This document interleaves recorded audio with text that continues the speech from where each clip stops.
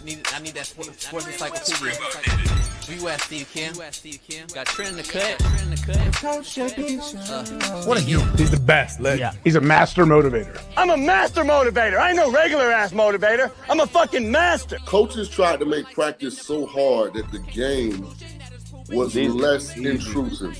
Like they coached you that way. Like people think, well, they were just yelling. No, they were trying to put you under stress and put you in under duress so that when you got in the game, you could mentally handle adversity. If you go through JUCO and you make it out of JUCO, you can make it anywhere. I respect the hell out of you to see that you're doing what you're doing and still doing what you're doing for real, the way you do it, man. You said from day one you had the same enthusiasm. You keep the same enthusiasm, and it's fucking contagious. In my opinion, I think Shedeur Sanders is the best deep ball in college football. I don't think Can you just say something nice about Shedeur Sanders? I love talking ball. It's nice to connect with guys that are like-minded and just are real and genuine. And I'll proudly stand up next to you all. God bless America. You said belt to ass, T-Rich. You got the belt around you. Coach JB Show.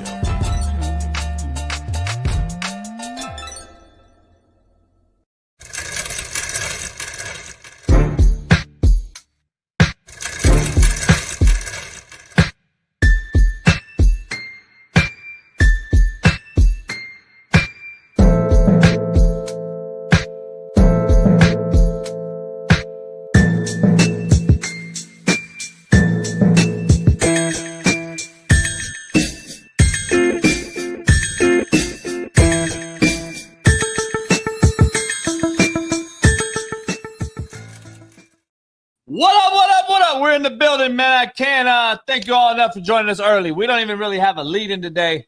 I'm bringing my main man, co-host extraordinaire, Naptown legend, 317 Far East Sider, LeBron hairline having a Lamar Jackson loving, AR5 defending, Fox Sports used to be, Big Smitty joins the show right out the gate. We gotta get straight to it. Cut the music. We gotta get straight to it today. It's a lot going on. We can't thank everybody enough for growing the show what it is, because today we have the most legendary lineup we can ever imagine having, and it starts right out the gate, man, with California's own JUCO legend, another JUCO legend. I don't consider myself a JUCO legend. This one right here is a JUCO legend, obviously a coaching legend. Not only growing up watching UCLA Bruins my whole life, having my cousin as a team doctor there years ago, and et cetera, from Coach Vermeil to Terry Donahue to Bob Toledo, you name it. And then going on to the Eagles, obviously, and the Kansas City Chiefs, the St. Louis Rams, Super Bowl champion, winning football coach and legend. Can't thank him enough for joining in here early. Coach Vermeil joins the show. Coach. Hey, good morning, guys. How you doing, brother? Man. I'm doing okay for an old man, thank you. You look great. Let me tell you, you look great. Haven't seen you since the UCLA practice some years ago. So God, you must have been in diapers at that time. It's good to see you. No, you came out to see, I think, one of Coach Moore's teams practice or something. Yeah. So legend, man. I can't thank you enough. We've had all these different guys on all week, last week, this week. We've had a bunch, and it seems to always go back to being a California JUCO product. Yeah. Unbelievable. I got to ask you, me coaching this JUCO thing on Netflix and doing the junior college thing, I called it football gel for all the kids to get out and get back to the 4-year level. How much do you contribute JUCO to your success? Well, really, I went to a small high school, okay? 130 kids in the high school, 29 kids in my graduating class. And I wasn't planning on going to college. And my senior year, a new football coach came in town, Calistoga, north end of the Napa Valley. And being coached by him, one day he said, Vermeil, if you wanted to, you could play college football. And no one had ever told me that before. And I wasn't planning on going to college, and I wasn't in college prep. I was just fooling around, driving a 36 Ford Coupe and chasing girls and playing football, basketball, and track because they needed every boy to compete. And he said, but, with what you haven't done in school, you're going to have to go to JUCO, junior college. So I said, all right, I'll do that, coach. So I went to Napa Junior College, played there 2 years. And at the end of my third semester, I transferred to San Jose State as a walk-on. And one of the coaches on the junior college staff was a San Jose State guy. And he took me down there and showed him the films that we had and that kind of stuff. So they let me walk on, and mid-spring practice, I got a scholarship. And it changed my life, really. And I have been a big fan of the junior college program ever since, and always will be. And I've seen what it can do for kids like me and other parents that can't afford to send them right off to a 4-year school. You get a lot of the stuff out of the way, the basics that help you be better prepared for the real stuff you're going to be taking your junior, senior. And I went on and got my master's in general secondary. So I'm a big, big fan. And there's no better program than in California. No other state has the complete junior college program that California has. Yeah, we got 72 JUCOs in California that play football. The rest of the country combined only got 70. So California's been doing it a long time, and I've coached in both California JUCO and the Kansas JUCO level, Right. and it's great there too. But we had Jeff Garcia on the other day. We had Warren Moon on yesterday. Both California JUCO guys, and then yourself. I mean, it's crazy how many California JUCO products we've produced. Aaron Rodgers, obviously, and all the other guys that come out of California. Josh Allen now up north in your area. It's crazy how it works. It's unbelievable. But let's dive right into it. We had I can tell you a story. Let me interject here if you want to. Heck yeah, anytime. You missed Warren Moon. You mentioned Warren Moon. Okay. Yeah. Fine JUCO player in Southern California. Yeah. Carl Peterson, who was working for me at that time, ended up being the 20-year president of the Kansas City Chiefs. Okay. He recruited Warren Moon to UCLA. And in the final decision, I think he would have come. I don't know. We turned him down because we already had 3 quarterbacks in scholarship for him and could play. You know, John Shire, who's the most valuable player in the Rose Bowl, and Jeff Dankworth, quarterback the team, I think went 11-1 the next year after I left, or 10-1. So I never believed in stacking kids up and putting them in my program so I didn't have to play against them. So I said, Carl, let's let him go. And he went on to University of Washington.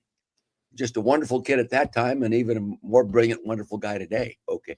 No and doubt. Jeff Garcia, we brought him in. John Ralston sent him to me when I was at the Rams and said, would you consider signing this guy? Now, he's been around. He can play and all that stuff. But I said, John, I just signed Kurt Warner. I don't need another one of those kind of guys to give them. I can't give everybody an opportunity to play in our training camp. Right. So those 2 guys mean a lot to me, and I think about them often. Yes, I do. That's crazy. Well. Yes. Heck yeah, that's great. Reminiscing that one. That's UCLA. Let me start right out there. I know Coach Martz a little bit. I've clinic with Coach Martz quite often back in the day. We had him on the show a couple months ago. And I got to ask you right out the gate. So the Rams, obviously me growing up in LA, Rams fan, watching the whole Eric Dickerson and everybody. Jackie Slater's on after you today. Good for him. Good man. Yeah. I tried to make a coach out of him. He wouldn't do it. And he was coaching JUCO out here for a hot minute in Saddleback Community College here in Saddleback. Yeah, he was coaching there for a hot minute, I believe. But I just got to ask you, like, going through the whole process, and I was talking to Coach Martz. You have Kurt, you have Trent Green, obviously, probably as the starter. And then you got guys like Balger that comes down. All these guys are similar, 3-quarter release, quick release guys. Was that your kind of vision going in, having a quick release offense, getting Mike Martz to run it? Or was that Coach Martz? I would say it's a combination, but mostly Coach Martz refining what we'd already been doing for 2 years and refining what I had done all the way back in my Eagle days, because, you know, I had hired Rod Dowhauer, okay, when I was at UCLA as my offensive coordinator. He's a Don Coryell guy, an outstanding football coach. Yeah, and he helped train me in the Don Coryell thinking and the number system and all that kind of stuff. So then Jerry Rome ran the offense for me, and he had worked for at the Reds, what we call the Commanders. Yeah. Okay, for Joe Gibbs. So I had that influence, and then Mike Martz had that influence, and then Mike Martz took over, and he took what we had been doing in 2 years and advanced it. we added Marshall Falk, okay, and got Torrey Holt and these kind of players, and London Fletcher, who became a good player later on, and all these kind of guys. And Mike, I don't think any coordinator ever came into an organization and made as positive a contribution to the success of a team that had only won 9 games in 2 years prior to, and take you to the World Championships. I think of Mike all the time. In fact, I make sure he drinks for me a wine. Okay. Hey, I love it. I love it. My sister years ago actually got married up there in Napa area. So what an area, what a country. I got to ask you, and make sure you guys tap in and find Coach Vermeil's wine. I got to ask you a question a lot of people may not know. You and Carl Peterson for the Chiefs, I think in 2000 or 01, I forgot, but you drafted you got a guy that went undrafted as a free agent, Brian Waters, offensive guard, obviously. Yeah. What did you see in him that no one else did for this guy to be undrafted and becomes a 6-time Pro Bowler? Well, he was there when I got there. Okay. But he was covering kickoffs. And when I got there and saw him, I said, this guy is no longer covering kickoffs. I let the starting left guard go. No, I made him back up and moved Brian in as the starter. And I tell you, Brian Waters is a Hall of Fame quality guard. Oh, yeah. Wow. I've coached a lot of guys. I've coached a lot of guys, and I've watched them mature and grow. Nobody's stronger at the point of attack than him, just physically, right on. I say this, and I've said it all the time. He would have been a better offensive center than guard because he could handle the guy that's 2 inches off his nose as well as anybody because he was so physical and so strong and a gifted athlete. Hell, he could run. Like I said, he was covering kickoffs. That's crazy. Brian Waters is a Hall of Fame caliber offensive lineman.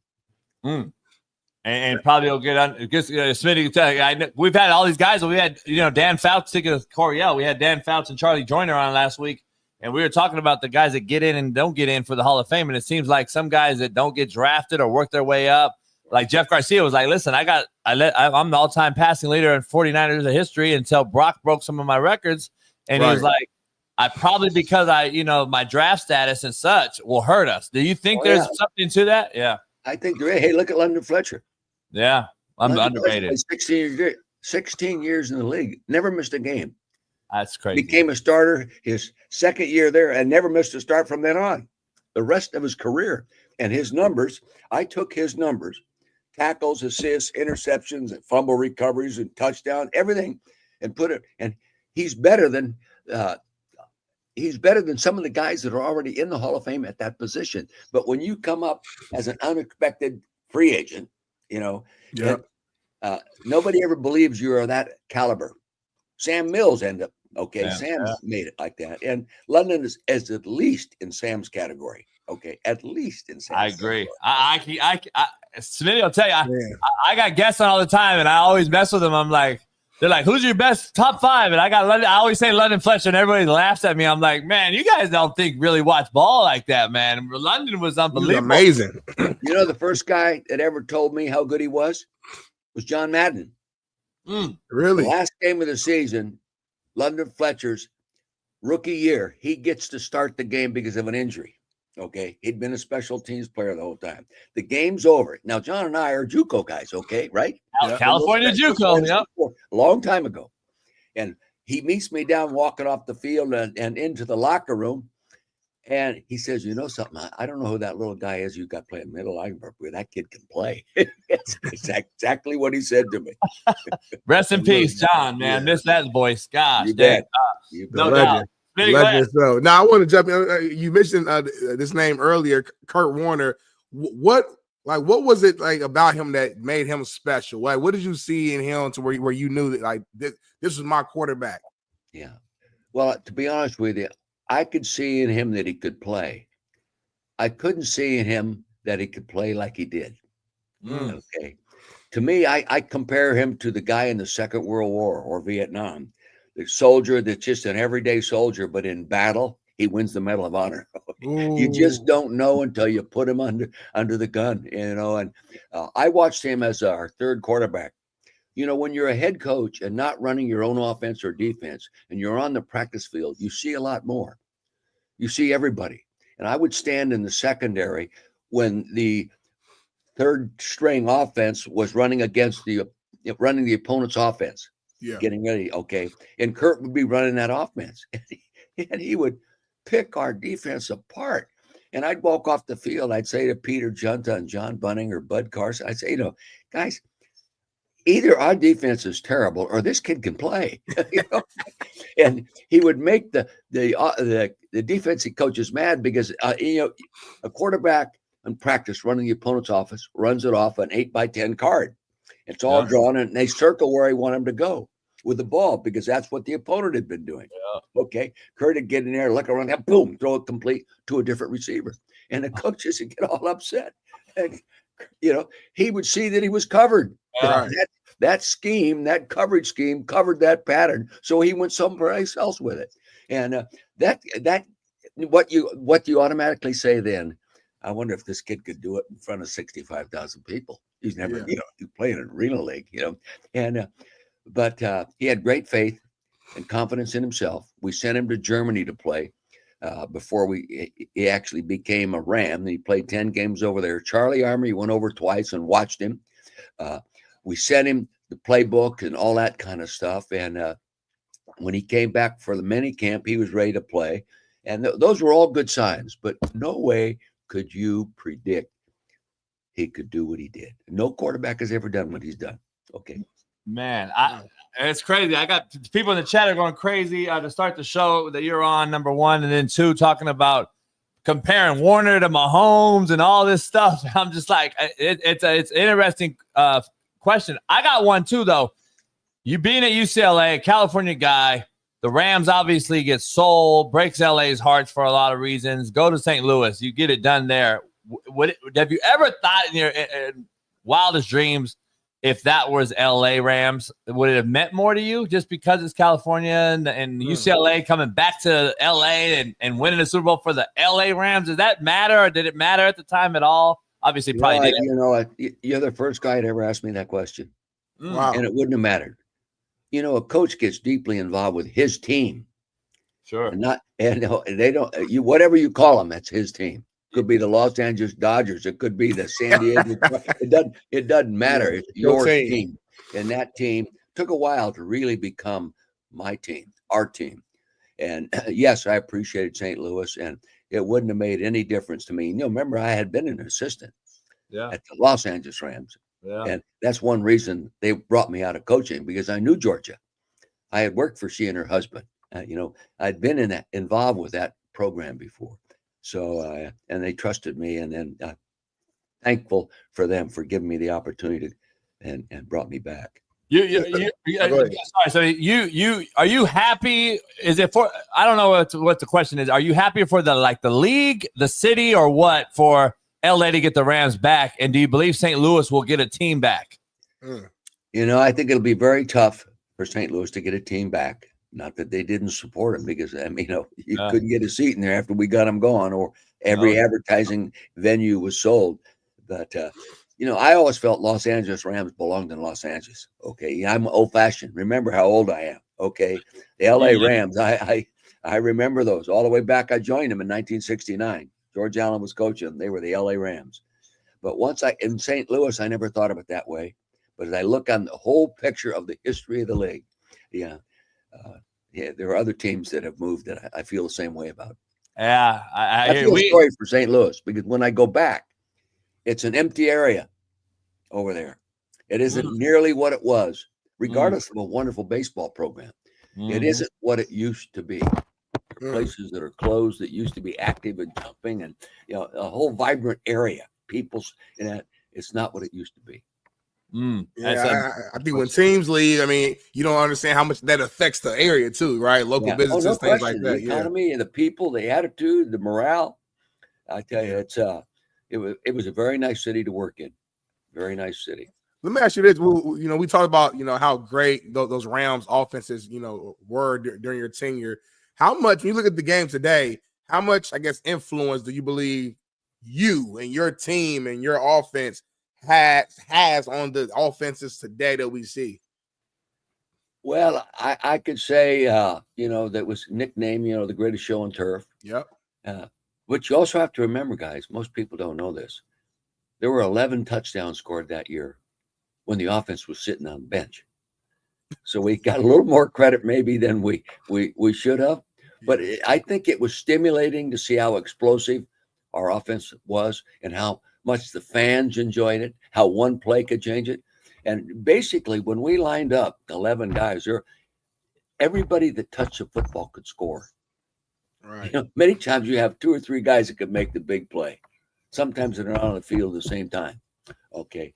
But excuse me, when our offense was put together and we started the 99 season, everybody that touched the ball offensively, actually without substituting, could score from anywhere on the field. Wow. And Mike did a beautiful job. And the rest of the coaches, Jim Hannafin, and Al Saunders, all these guys did a beautiful, beautiful job of coaching. You had Marshall Falk, okay? I became one of the best running back coaches in football that year, okay? When he touched the ball one time, we're playing Cleveland in St. Louis, and he makes like a 47-yard touchdown run. And Jim Hannafin standing right next to me, the old-time great Hall of Fame caliber offensive line coach. I said, Chip, he just scored from 47 yards out. We didn't block anybody. Made our job easy, right? Yeah. Now he's coaching, Yeah, Colorado. I've had Marshall on, see him at the conventions now. He's trying to coach. Like I'm like, all right. Yeah. I'll tell you, he'd be a great one. A very bright guy, very, very smart. You could learn a lot from him on the sideline, what was going on. I remember listening to his conversations with Wilbert Montgomery, who I had made a coach out of. And he was only in his 3rd year coaching when Marshall came there. And when he would come out of the game, they would talk. I'd go over and listen to find out what's going on because Marshall knew. Yeah. Right. Yeah. No doubt. Let me ask you something real quick about one particular player because Coach March was actually pissed off about it. Torrey Holt not being in the Hall of Fame. I think he's one of the most gifted hand-eye, just ball skill guys I've ever seen catch the ball with his hands. Ball never crossed his face. Like, it was unbelievable when he catch the ball on the move and how impressive it was for Kurt and Trent and all those guys to get the ball to him out in the open. And you always see these great catches. You had, obviously, Isaac Bruce, another California JUCO product. You had all these guys. Is Torrey getting kind of the short end of the stick here on the Hall of Fame? I know he's he's up for the class again, I think. To me, he's one of the greatest ever. How good, special really was he? He's a Hall of Fame receiver. Okay. He is a Hall of Fame wide receiver. But that position today is becoming the toughest position to evaluate and to vote on because there's a lot of fine receivers today. But I'll tell you, he was, from the time he stepped on the field as a rookie, he never played the game like a rookie. I mean, he was an all-pro caliber receiver the minute he started practicing with us in 1999, and he's a Hall of Fame wide receiver. And the trouble is now the numbers keep expanding because they're throwing the ball more now, even than they were then, and not a lot more. That's sometimes distorted, but just no question that he's a Hall of Fame. And I think eventually he'll get in as a senior wide receiver. He should. Yeah. No doubt. Anyone that's coached him will tell you the same. Mike March will tell you the same thing. Al Saunders will tell you the same thing. Yeah, no doubt. Coach March was actually like hot. Like, no, really, he was breaking down like what he did in a row consecutively and all this. I've written the reports and sent them in for the voters.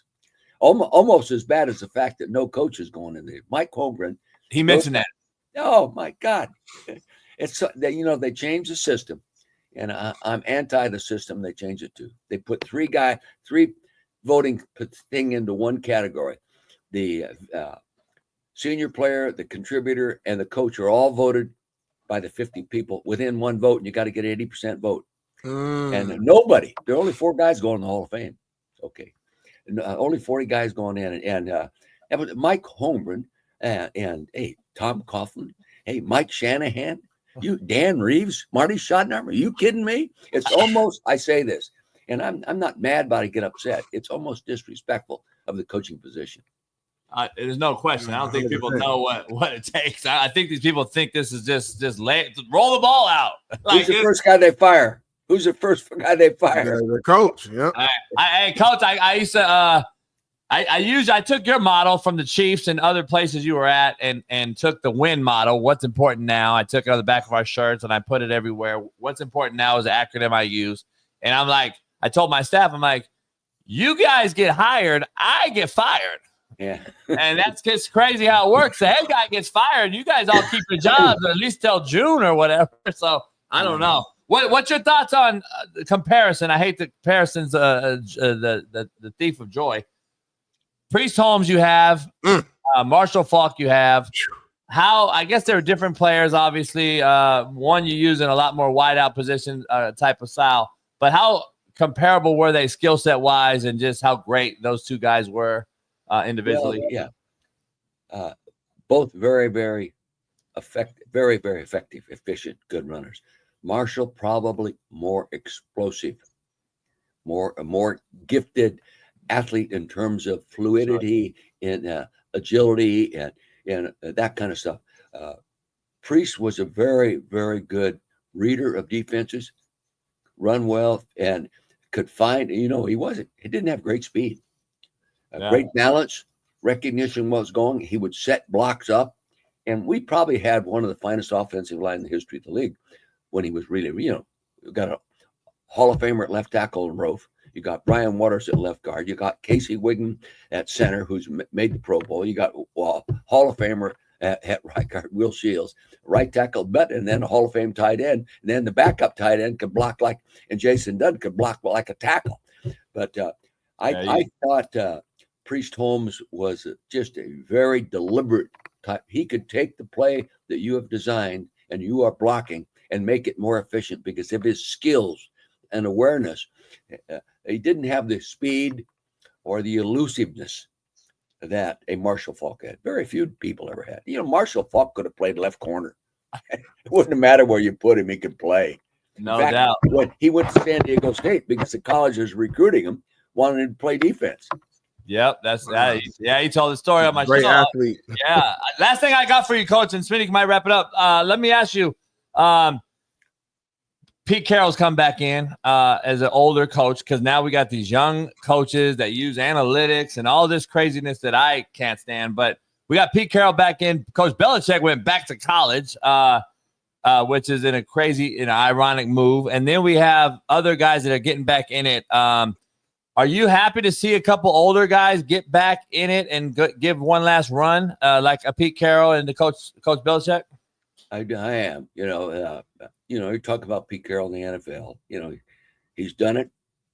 He's been unsuccessful and rebuilt, became more successful, and then took, should have won 2 Super Bowls. Okay, we all know that play. Okay, but anyway, and a great guy, and has stayed up in his thinking of how you coach today in comparison to how you used to coach. We used to coach a lot different than they coach today.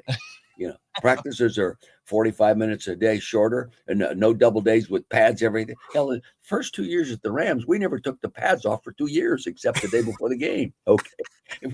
You're laughing. Okay. But it's different. But Pete Carroll has adjusted real well. And he'll add things to that program. If you were a young coach, it'd take you 10 years to remember how to do it because he's already done it. He's already done it. There's no substitute for experience. I could talk to you for hours and hours about practice. Smitty's a youngster, so he's a little younger. He's early 30s, and he played at Ball State, played in the MAC at Ball State, and he's even him though. He remembers a couple. I had days. 2 days. I had, I'm still old enough to where I had a little bit of the old school flavor too. So yeah. Hey, Coach and I had 3 days though. You don't remember that? I didn't have 3 days. I didn't have 3 days. I had 2 days. People accuse me of having 3 days, but I really never did. Never. Oh, see, thank you. Yeah. And if you did, it's our secret anyway. I love it, Coach. I can't thank you enough. It's been a true honor and pleasure to have you on here. Hopefully, I can get you on again. You look great. Hopefully, you're enjoying the wine. And are you up in Napa area? Are you in Cali? Or are you back? I'm in Pennsylvania now. As soon as the harvest starts, I'll go out and work the harvest. I'll be out there at the end of August and through September. Yeah. Okay. Got it. Hopefully I come see you, man, and have a sip with you. It's a right. You take care. Appreciate you. You too, brother. Thank you. Bye. Bye. Thanks. Bye-bye. Coach Vermeil. Take care. Coach Dick Vermeil, everybody. Clap it up, man. Legend. Him and Coach who was on last week? Coach Mora. Yeah. You didn't. So Coach Moore is 90. Coach Vermeil's 88. You missed it, but they're both. 88? Coach Vermeil's 88. I swear I didn't know that. I know. It was like 7 or something. I know. But anyway, we got back-to-back loaded show, man. Can't thank Coach Vermeil enough. He still look like he can fucking coach right now. Yeah. But we got another legend, man, joining the show, and can't thank this brother enough either. Yes, sir. And I know Smitty. Baller right here. Yeah. Another underrated guy, in my opinion, when it comes to it. I can't wait to ask him everything. Me and him around the same age. The pride and joy of Ocala, Florida. UCF legend, Viking legend, you name it. The first, different quarterback of his size and stature. I don't think people know. Before Cam Newton was this man. And can't think of him enough. Dante Culpepper joins the show. What up, brother? Welcome in. You hear me? Shit. He's on mute. Hold on, I'll mute him real quick. Here we go. What's up? Yeah. How y'all doing? What up, brother? Good, How you doing? Good, man. Thanks for having me. Hope I introduced you right, man. We had Coach Vermeil on, and my point was, I was like, let me bring the young brother in, man, because Smitty thought all white cracked. I said, nah, Dick Vermeil, 88. He looked good. See? He looked like he was fucking 60. Yeah, he looked good, man. A broken clock, strikes, is right twice in a day. Thanks for coming on, man. Can't thank you enough. All good. No doubt. What you got in the fire right now? What do you got going on? I know your boys playing, youngster coming up, the next big thing, hopefully, quarterback, linebacker. What else you got going in the fire? A lot of stuff. I know you got golfing a lot. Yeah, man. Just trying to get a little better on the golf course when I can. And my wife and I have had 6 kids, 3 girls, 3 boys. My youngest is in the house still. He's 14. His name is Dash. And so I got 2 older boys. One's 20, one's 23. And they're in the transfer portal trying to, find a home to play basketball. They play college basketball. They're really good players. And, just doing that, man. Being a dad, man. That's about it. No doubt. Love it. You enjoy the time out. Like, would you, I don't know, if they wanted you to coach full time or any of that, is it all family right now until everything gets situated before you do anything, or somebody wanted you to coach at UCF or anything like that comes down the pipe? Has that got a hold for a while? Yeah, I've had a few opportunities to get into coaching. I always felt that it's, to be a coach, you got to sacrifice a few things that to me are important. I like to be in their my kids' daily situations, daily lives. So to be a coach, a lot of times you have to give that up. And, I just decided, to be a daily situational dad, for my kids. So I'm thankful and happy to be in a situation to be able to do that. I think that's important. But who knows what the future holds, You never know. No doubt. I won't say it won't happen, but at this point, no. Do you miss the game a little bit? I miss a lot of the relationships. I miss the locker room. I miss that stuff. That's all the camaraderie and going out, building something to try to get a win that week. That's special to me. I don't miss waking up feeling like I've been in a car accident the day before. You know what I'm saying?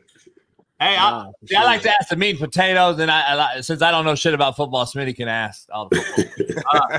Hey, Dante, I want to show a video to you though, and then we're just ad-libbing the show today because we got so many damn guests. And I can't thank you enough. Cam Newton, who's been on the show, obviously, who I recruited out of JUCO years ago, so he came on the show. And we were bullshitting, talking about that part, but he's going crazy right now because he's doing clips and he don't care who he goes at, similar to me, but. He's out there, and I want to see this. I want to show you this video and tell me what you think about what he had to say real quick. Bailey will pop it in. Attack the messenger, Ryan Clark. Okay, let's pull up your stats. Second team All-SEC, we cannot relate. Undrafted in 2002, we cannot relate. Then you have 1 Pro Bowl in 2011, we cannot relate. So if you want to unlock Petty Cam, and everything that Cam Newton has ever said on this 4th and 1 show has always been backed by merit and logic, but some way, shape, form, people keep attacking Cam, the person, or why he didn't jump on the fumble, why he didn't do this, or comparing and contrasting. So when I compare and contrast you guys' statistics and Dan Orlovsky, never mind. But as we keep going and we keep unlocking and keep poking the bear, and y'all want to play this game, I can Hold on, JB.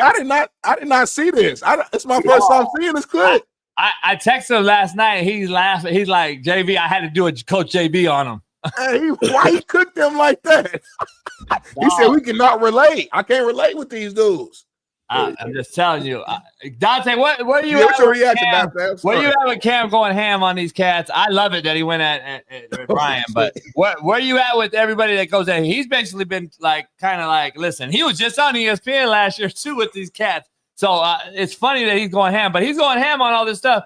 And he's kind of like the guy going against the grain, kind of the mainstream media now, similar to our show. Where you at with Cam going off on everybody about, they're attacking him because he said Jalen Hurts isn't a top 10 guy in his mind. We all have our opinions. And I'm like, damn, I didn't know you can't have an opinion no more, man. So we had Jeff Garcia on yesterday, or Warren Moon yesterday, and Jeff Garcia the day before. And Jeff was like kind of similar to Cam, like, he's floating with it. You did this thing, man, at the highest level. I got to ask you, like, is the team being so loaded disvalue the QB? He won a Super Bowl. I mean, I don't know. That's what that argument was about for context, though. Jalen Hurts. I'm always gonna. I'm a little lenient. Obviously, I played the position. I know what it looks like to be out there with bullets flying. It's that is the reason why the quarterback is the most important part of the team. And I understand what Cam's saying as far as his own attributes, and him going at people, man, I think that's great for the business of the social media. Social media. That's great. But when it comes down to Jalen Hurts, in my opinion, I've got a chance to watch him in college. I think he was phenomenal. I think he does what he's asked to do, and he does it very well. Yeah. Whether he's a top 10 quarterback, I don't know if they mean right now or all time. I don't know. Right now they mean right now, currently. Yeah. My opinion. I mean, he wins. He's winning like a top 10 quarterback. That's all that matters. As long as you're winning like a top 10 quarterback, and when you're afforded the opportunity to make a play, you make that play. That's how I always looked at the game. You play the game to win. Statistics, the real statistic is winning. Obviously, that's the main one. But he's doing it. He's done it in college. He showed it. He showed it in the NFL. So I don't get caught up in the whole, is he top 10? In my opinion, he's a baller. And he does everything that it takes to be an elite quarterback, in my opinion. He's asked to do it. He's in the coaches, I give the coaches credit because they put him in position to do his job very well. And they got their guys around him. And any quarterback, you put in a situation where you got the tools around you, it makes it a lot easier and better for that quarterback. So, my opinion, I will put Hurts in the upper echelon of the quarterbacks right now. I don't know if you top 10, whatever, but when you mention the top players at quarterback, you got to put Jalen Hurts' name in there. Yeah, and I think he works his ass off. I think he tries to get better at his craft every year, which I've been saying on the show. I said that's one thing I'll give him credit for. Like, is he the most accurate? Is he the guy is he the reason AJ Brown on the sideline reading a book because Saquon's going crazy, or and their defense is good and all that shit? I don't know. I don't care. He is a guy that I've said on the show. Mechanically, you can see he's gotten better year in and year out, which a lot of guys you don't see. You know what I mean? You don't see that. But absolutely. Nah, that's for sure. One thing that you brought up though, during your rant right there about Jalen is winning. So we've tried this conversation with multiple guys, but we might as well ask you too. When it comes to ranking like all-time quarterbacks, right, or even like current players, stuff like that, like, is winning the most important thing when it comes to ranking quarterbacks? Like, is that the number one thing, or like you got guys obviously like a Dan Marino, for example, who just never could get it done for whatever reason, team, situation, et cetera, but we know how great, like our eyes work. We know how great Dan Marino was, but you got other guys who did do it. So it's like, if you win at the high level, does that automatically just put you above some of these other cats who got MVPs and stats and numbers and all that? I mean, winning in the business sense, you got the more you win, the more money you're gonna make, obviously. And you want to win, but you always want to be able to put your team in a position to win. And that's what gives you the value as a quarterback, in my opinion. I think Joe Montana is the best to ever do it. You know, just watching our playing the game in the NFL, he's the best that I've seen ever do it. Charlie Ward's the best I've ever seen do it in college, in my eyes, in my opinion. But winning is the number one goal. If you work hard, you do everything, you work on your skills, because football is the ultimate team game. Quarterback is the most important position in that team game. So if you got the ability to put your team in a position to win, your value goes up, and you're perceived as a great. But anybody who looks between the numbers and looks at the game and studies the game, a guy like Dan Marino, you know he has a skill level of any of the great quarterbacks. You can put his numbers up or his skill level up against any quarterback in the game. So, you know, it's a couple different things you got to look at, but winning is the number one thing you want to do. No doubt. We've had Dan Fouts, Jeff Garcia, yourself, Warren Moon, all in a row, and they all had the same answer. Like Dan Fouts was like, you have to take me off your top 5 consideration because I didn't get it done with that ring. And he said it. I was like, damn, because people argue like, you know, Marino didn't win it and him and other guys that have all these godly stats. And he said it on our show. We got breaking news, Bailey, real quick. We might as well do it with Dante. Yeah. Dante, can't thank you enough for joining. We have some unfortunate news, breaking news in the NFL here out of Jets training camp here. Justin Fields was carted off to the locker room after suffering a lower leg injury from what I'm reading here. Not too clear on the severity of this, but this is unfortunate news coming out of Jets training camp here. Jeez, thanks, Bailey. Man, that's crazy. I hope it's nothing serious. I know they don't hit anymore. We just talked about that with Coach Vermeil. Where do you I mean, I know they're running some triple probably, Dante, with them. I'm sure they're doing some things in practice. It seems like a non-contact is what I would think it would be. I don't think you were touching that dude if you're a Jet, practice guy. I don't think anyone's touching him in contact. So we can only assume right now. God dang. Hopefully he's all right because I'm a fan. I love the kid. I recruited him as well. I don't know. Initial thoughts, Dante. Hopefully he's all right. But I hate to hear that anybody's injured. I love Justin Fields as well, man. I'm a quarterback guy. I'm always going to be on the quarterback side in most of these discussions. Yeah. But I tell you, I watched this kid in college as well, and he did it as good as anybody. And then when he got to Chicago, just my opinion, I don't think he didn't have the supporting cast around him, and I don't think they tailored the offense to his strengths like they did with my man Jalen Hurts. You know what I'm saying? And that's just my opinion. If I was this coach, I would move the pocket a little more. I would put more pressure on the defense with it. I know he ran the ball a ton, but I would give him the ability to read the field. I looked at their offense and looked, they only give him the ability to read one side.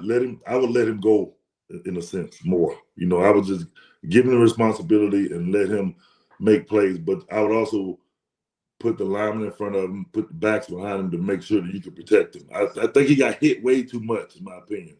And any quarterback that gets hit a lot, you're going to see their production go down. And most of the guys, you know, not 6'4", 260 like me, like I was. I could take a lot of those hits. But a lot of guys, you know, Justin's not a guy of that stature. You got to protect him. You got to protect the quarterback better. And that's in those situations that they had in Chicago, I don't think they protect him. I said the same thing. I think we were saying the same. I said the Chicago should have kept him, go drafted. They could have got Joe Alt the next year in that draft that the Chargers got last year, but got a better old lineman. They still got the same wideouts, still got Udunzi, still could have got Moore, all these other guys. I think they could have been, and they could have got 2 picks, obviously, instead of going to get Caleb first. They could have kept Justin. That was my whole take. But everyone's, oh, you a hater. Woo, you know how I go. So but that's how I'm at. I would much rather have Justin. But now, look what happened. Aaron Rodgers blows his Achilles in New York, and it looks like some people are making preliminary reports here. In New York, Dante. He's talking about years ago. He's talking about okay. No, I saw your face. I'm like, no, he's in Pittsburgh now. I'm just saying, like, we've seen Aaron get hurt in New York with an Achilles 2 years ago, and now what preliminary reports are that Justin may have an Achilles. So that's crazy. That's nuts, man. I wish the best for him, man. I've always been a fan of his, man. He's a baller for real. No doubt. Let me get to brass tacks with you real quick. I got to ask you, the Viking squad. You, Tomas, may have never been a prettier deep ball connection between a quarterback and a receiver. Was that wideout crew that you had? And we've asked this to the last few guys. Would you put it up there with everybody? Because we got Clayton on here and Mark Duper. Mark Clayton's going to come on during the regular season. We asked him, those two, and Marino. Then we asked Charlie Joyner, Hall of Fame wide receiver, with Kellen Winslow. And then we asked that to Dan Fouts. Did they have the best combo? And then we asked Warren Moon yesterday about the Houston Oilers, and he said, "Shit, I had 4." And he was clowning. How good was your guys' skills? And I know you were there. Then Randall and that crazy team with Carter and all the loaded wideouts. Where do you put your guys' crew? Oh my goodness, definitely in the upper echelon in the history of the league. You know, playing with Chris Carter, Randy, Jake Reed. And I'm gonna tell you a big thing that never gets talked about. Early in my career, I played with a guy by the name of Robert Smith, and he was absolutely phenomenal in pass protection. He was always in the right place, never really made mistakes, and it made it very comfortable for me in the pocket. And then, you know, when you're running the ball so efficiently, a lot of people know we led the league in rushing. I was up there 7 years. We probably led the league in rushing 3 or 4 years. So, and nobody ever talked about that. Wow. You know, because they were a lot of attention was on the receivers, so they always had 2 safeties back. And when you got 2 safeties back, obviously you guys know football, your number count in the box is very advantageous for the running game. So we were gassing people in the running game, and when that safety would stick his nose down, we would light him up. But you know, we go deep. But I put him at the top. You know, Randy obviously is one of the best to ever do it. He's probably the best deep ball hand-eye coordination I've ever seen. A guy can adjust to a ball and make a play. Chris is probably the best just catching ability I've ever seen in my life. This dude could catch the ball as good as anybody. I mean, he did some crazy stuff. You know, I saw him one time, he ran a 15-yard out, and he was running. He broke on the out route. I let the ball go. He turned, looked at the defender, and while the ball's in the air, he grabbed it without even looking at the ball. I mean, Chris was sick. If third and short in the slot, he was unguardable. One-on-one, guardable. And people always say, you know, who's your best receiver? I always put it in this situation. If it's third and short, I want to go to Chris. I got full confidence in Chris. And if we're going deep, and obviously it's one-on-one, Randy's open most of the time. That's how I looked at it. You had Randy as a youngster, huh? You had Randy as a youngster, right? Yeah, Randy out of the same age. He came out a year before me in college. Okay. You know, he was at Marshall. I came out of UCF. So he came So out you guys were there. What year would you guys, was it 98? 99. 99 was your first year, right? Yeah. 99 was my rookie year. 98 was Randy's rookie year. So you missed that Thanksgiving game was a year before you got there, right? Randy's rookie year, but then my 2000, my first Thanksgiving game, he had 3 touchdowns as well. Oh, he did it twice. He did it a couple times. Yeah. He loved Thanksgiving, huh? Okay. Oh, man, he lit the Cowboys up, man. And, what I meant was that Randy was still a young wideout in the NFL. And that's what I was talking to the chat of nobodies that thinks they know everything. So it's funny. But anyway, Randy, to you, where do you rank him all time? Because you had 2, so it's kind of hard to say Randy's number 2, and then you pass Chris Carter that you had. It's also an argument. Do you have him above T.O.? If I had to pick between Moss and T.O., I know Randy in way more. We played 7 years together. I'm gonna pick Randy because of familiarity. T.O.'s not far behind. T.O. is just as good, just as impactful.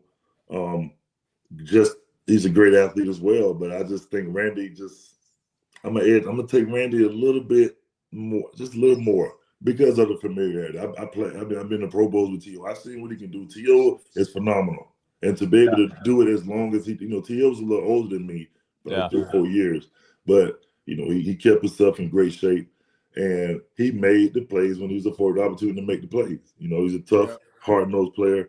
But just off ability-wise, I'm going to go with Randy because he was, I mean, T.O.'s a great basketball player, but as far as an athlete. Yeah.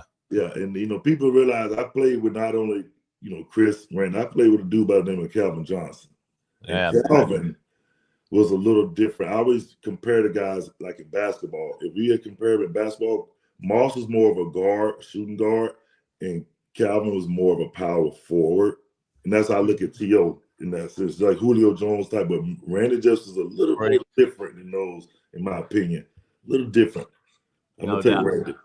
Calvin was different, man. I was going to ask you that question because of college and everything he was that he did. Like, I've never been around a football player or a human in that sense that with the physical attributes. This dude, I've seen when we did the testing in the offseason, this dude had a 50-inch vert. I mean, he was ridiculous, man. I'm serious. And I always say if the military wanted to clone a soldier, Calvin Johnson would be the one they clone. Because that dude, man, this dude was he didn't say much, so he kind of got he in my opinion, he didn't get a lot of, he got some attention, but he didn't get that dude was ridiculous. He never really talked. Now when I look back, he just made plays and he don't say much. He don't say much.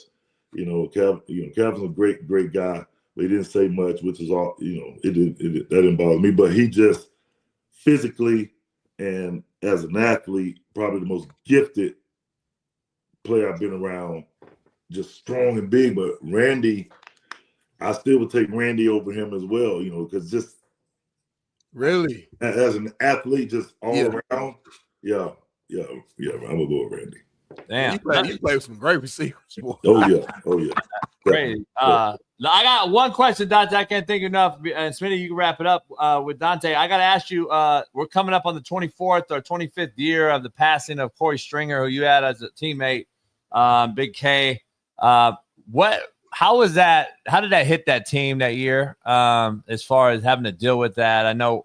What was it? Heat stroke or I forgot. But how did that happen? I know Dennis Green was let go after that, and then you had Mike Tice, I believe, an O-line guy known for taking over that team.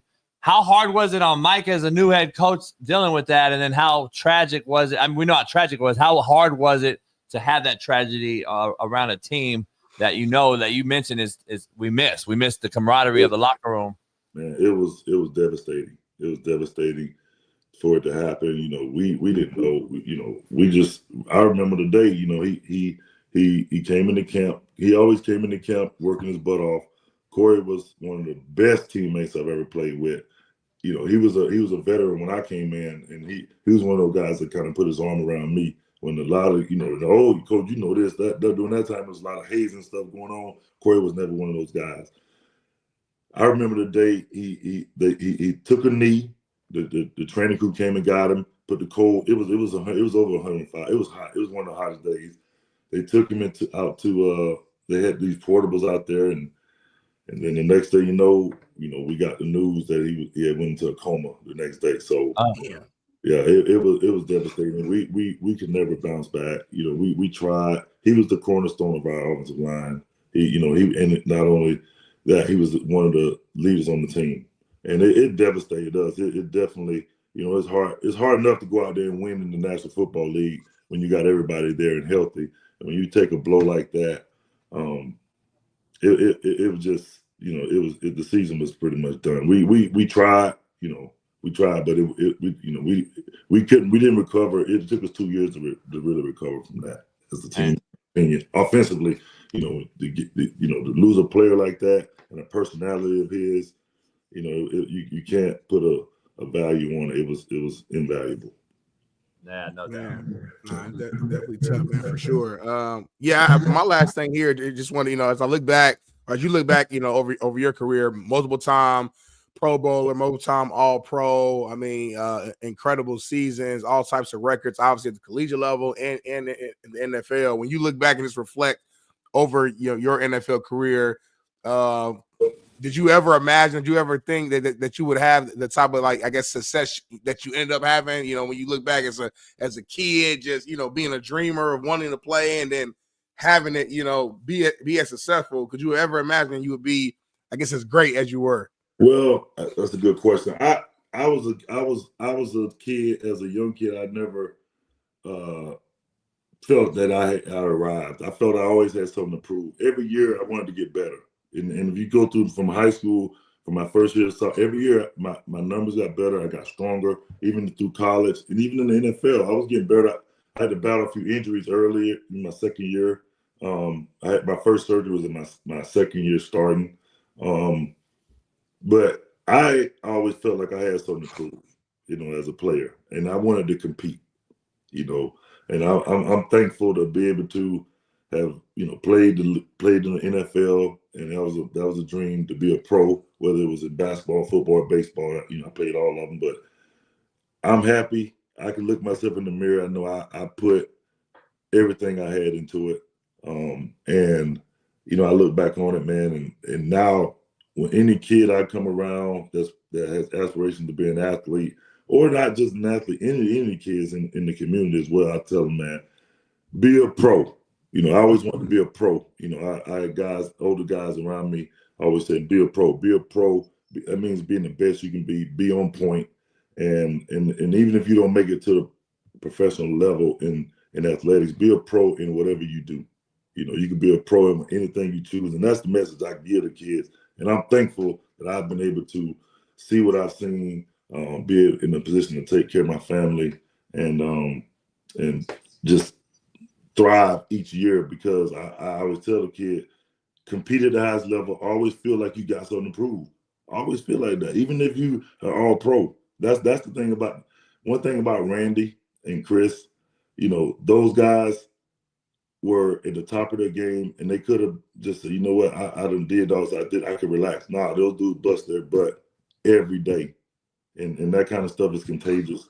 And that's what makes you great, when you can be good and be consistent and do it over and over. That's what I appreciate about guys like that. And Dante, that's I love that.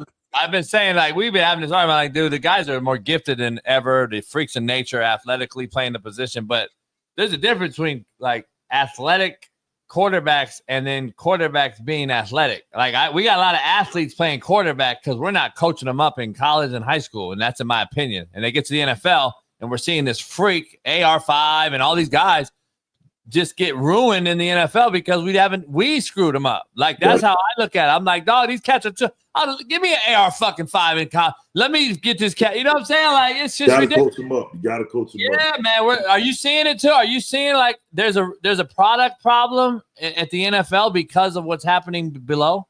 Well, it used to be, and I was one of the last guys that came into the old system that, you develop. It was about development. It's not about just throwing a kid out there in the fire.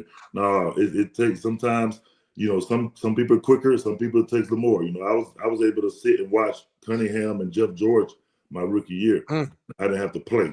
That helped me out a lot. It's things I tell JJ McCarthy. I use practice as a game. That's how I prepare. I went against the first team defense. Johnny Randall, me and this dude went at it every day in practice, every day. But that prepared me for the speed of the game in the NFL, And I tell her, hey, put in the work. But these coaches, you got to develop a kid. You can't just say, oh, you can't tell them this. It's a daily grind to get the best out of your players. And sometimes, like you said, JB, I don't know if the coaching, I'm not in those rooms, but it just looks like they don't develop anymore. It's all about, if we draft you high, you got to come in and play now because we're paying you this money. But so you got to be smart about how you deal with your quarterbacks and their development and when they're ready. Yeah, that's 100% true. And I got two more things for you. It just came to my mind. You just brought this name up, JJ McCarthy. Any insight on what we should be expecting from him this season? Because he got hurt last year, did a little bit in the preseason, showed some good things. At Michigan, we know, won the Natty, but that system was really run heavy. So we didn't really get a chance to see him just, do his thing. But we're hearing from people just who know him or in his camp saying, man, this guy is legit, great athlete. Any insight that you have on what we should expect from him? I was up there. I was fortunate enough to be up in Minnesota last month, a couple of weeks, and I got to go to a few practices, and I was watching him closely. Yeah. First of all, I watched him in college. It didn't jump off the screen at me because of their offense. I don't think they did a great job as an offense. They were run heavy and was great, and they did some play action stuff. So we didn't get to see his skills. I watched him 3 days in a row last month, and I'll tell you this: he's very, very accurate. He's way more accurate than I knew and I had noticed. And then he's a better athlete than he gets credit. He's a way better athlete than he gets credit. They're going to do a great, and I expect great things with the players around him and the team they got. I think they're going to surprise a lot of people. I think they're going to surprise. If they got to stay healthy, I told her, I said, y'all got to keep him healthy. Y'all can't get him hit a lot. Don't get him hit a lot. But he's put in the work. I see it in his eyes. He got that look in his eyes that he's ready to step out there and be the player that he wants to be, and that the team wants him. And he's put the work in. Every day he come up and he asks me questions. He's really like a sponge. He's a smart kid, very respectful. And I think if I was saying, I don't predict, because you never know what happens. But if they stay healthy as a team, they're going to make a run in the playoffs. I'll tell you that now. And that division is tough. That's a tough division. But watching them, it got me excited to see what I saw. He makes every throw. He's very accurate, and he stepped out there. He leads by example. He's doing what it takes to be a good quarterback. And I was impressed with him. I was very impressed with him. They got him online right now. We can't show the clip, but he's dropping some some back cone touchdowns right now. He's showing his accuracy. And your boy, who comes on our show twice a week during the season, Shaun King, he said all this about he's like JJ's that guy. He been force feeding us JJ for a year and a half, and I'm like, dog, he ain't played a fucking down yet. But anyway, JB wanted to keep Sam Darnold over there. Yeah, he played it down. Like I say, they got to protect him. But if they protect this kid, I see great things, man. I'm telling you. I say it with me first. If they protect him, I see great things. This quarterback draft, we might look back like in 10 years and be like, hey, man, this was a hell of a draft. When you think about, obviously Jaden Daniels, what he's doing, I still think Caleb is going to be a solid quarterback in Chicago. I don't know if he's going to be as great as they had him projected, but I think he'll be a solid NFL quarterback. If JJ, who is who we think he is, we got who's I got in the Denver, Bo Nix, had a good rookie year. Like, we might look back and be like, damn, this class is actually pretty good. Drake May, Drake May, like some ballers, man. It's some ballers. JB don't like nothing. Well, with today's game, they've changed the game. It's an offensive game now. They changed the game, so as long as you keep them upright, most of these guys can complete passes and do what it takes to. Imagine if you played today, Dante. I mean, you were already phenomenal in the area you play. Imagine if you had Chris Carter, Randy, the exact same team, but just drop y'all here today. Yeah, with the rule change, I mean, you couldn't even get touched. Hey, 50 touchdown seasons would be very, very attainable in my opinion. Hey, you threw for 4,700 yards and 39 touchdowns was at 04, and that was when you was getting hit, and it was different. There was no such thing as defensive receivers or defensive player. I mean, it was a defensive game. That's what it was. Yeah, run the ball heavy. Yeah, defense was all the rules were catered towards defense.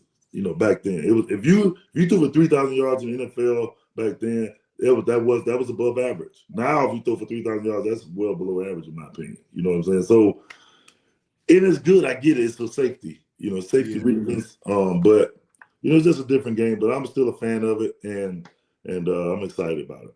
Is it fair to say? Go ahead. I'm sorry, JB. Go ahead, man. Is it fair to say? It might sound crazy, but like if we look at your stats again, you threw for 4,700 yards, 39 touchdowns in 04. You at your peak today. You think you could have hit maybe like close to 6,000 passing yards? Ooh, I mean, I know that sounds crazy, but I'm just saying I don't know. I mean, it's like pass scaling a lot of times. When you got it's 7-on-7 a lot of times, kind of with pass. Yeah, the way the game is. So I won't say we couldn't, and I can't say we would. But that is very attainable with when you're an accurate quarterback and you got weapons out there like that. Yeah. He put up some crazy numbers. And just imagine 04 if Randy would have been healthy the whole year. You see what I'm saying? Dante, right now you'd have been in the pocket. Your big ass, they can't hit you. You just be like, and it's like it'd be 7-on-7, dog. Like that's what they can't hit you anyway. Like I'm like, man, this shit is soft. And you can still run. You know, we see Mahomes all the time. He run and the guys don't know what to do. They don't know if I hit him, I don't want to get a flag. It takes advantage of it. Exactly. I think that shit's soft, man. It's like in practice back then. Yeah. Defense would all be like, well, the quarterback's not live. Yeah. You can't hit him. And we took advantage of that because I'm running full speed. Right, you going your shoulder and something. Come on, Dante. What you on? Exactly. Got the red jersey on. Yeah.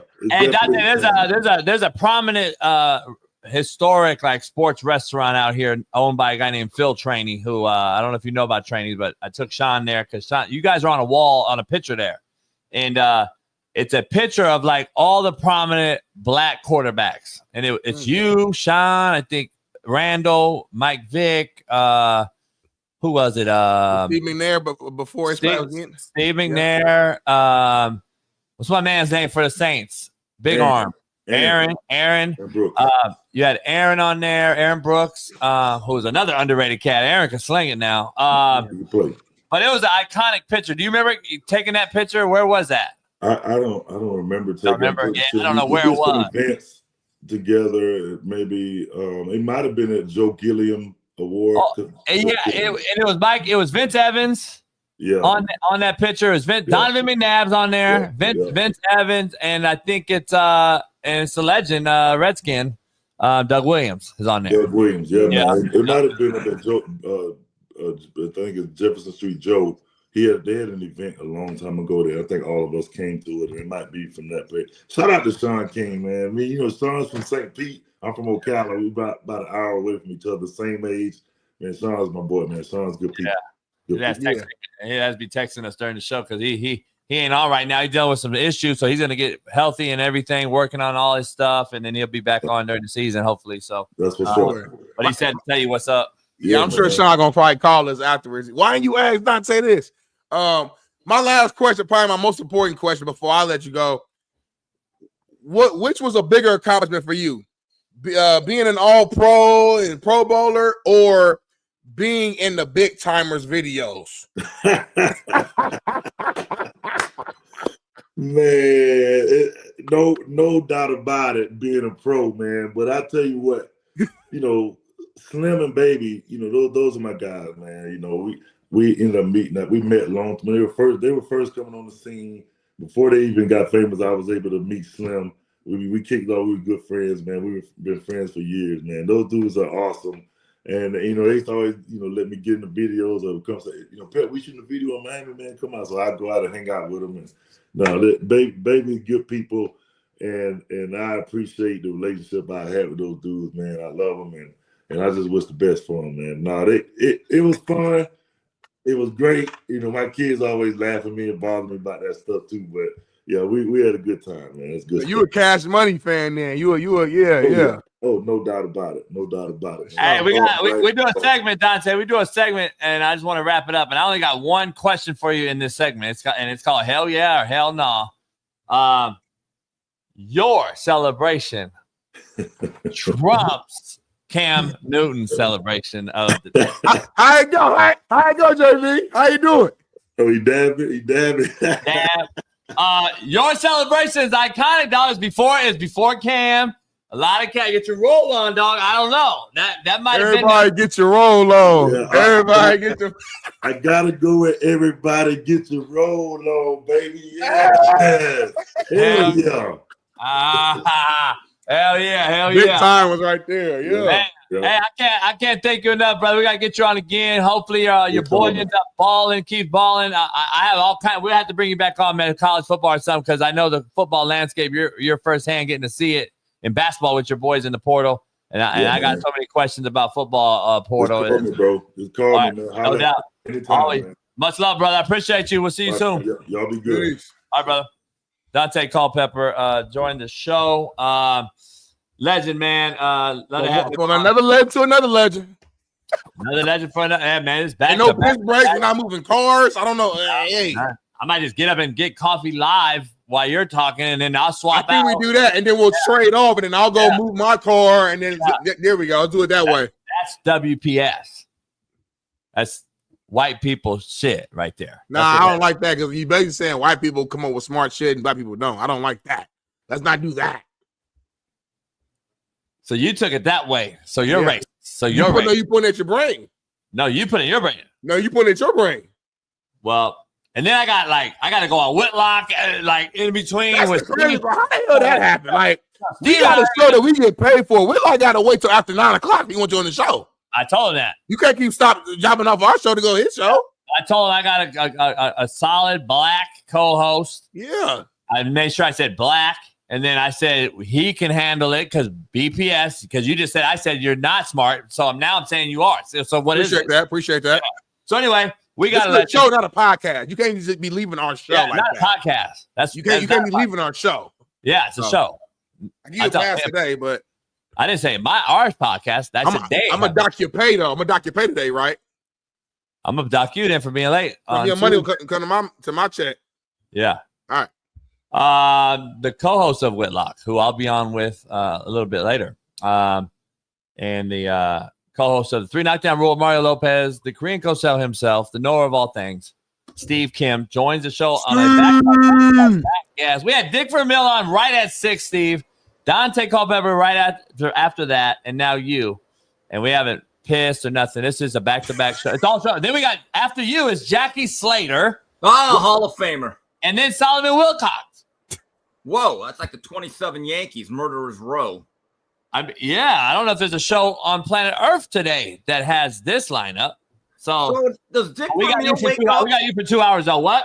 Does Dick Vermeil wake up really early then if he's right at the top of the show? No, it's 9 o'clock there. He's in Pennsylvania.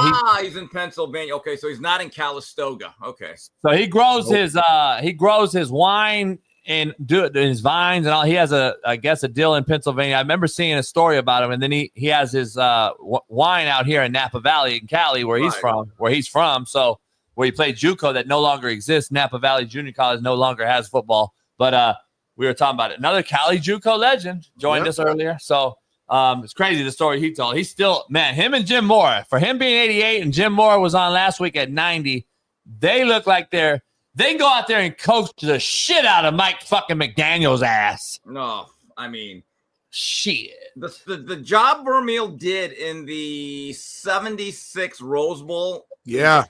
Is unbelievable. He literally said to his guys, hey, look, we got blown out by Ohio State early in the year. They're number 1. Let's do it my way. So he's running like triple days, double days. And his players were about to revolt. And he said, guys, anyone that doesn't show up to practice, you're not playing for UCLA. I will find 100 young men that will represent the University of California, Los Angeles. And they whipped him. It was Wendell Tyler, John Shira. And then with 2 minutes to go, Woody Hayes walked right across the field during a timeout and said, young man, that's the greatest job of coaching I've ever seen. He just walked right away.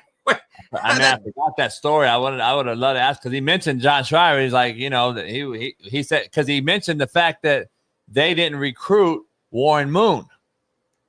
So he told the story. He was like, he said, I turned down 2 of your former guests that you had on, Jeff Garcia and Warren Moon. He said, Warren could have came to UCLA right here in LA, West LA Junior College. We knew about him, obviously. And he said, we let him go. And he said, because he said, and he said something that I truly believe in. A lot of coaches, and that's why I always say the kids are the pieces of meat in the meat market in college football.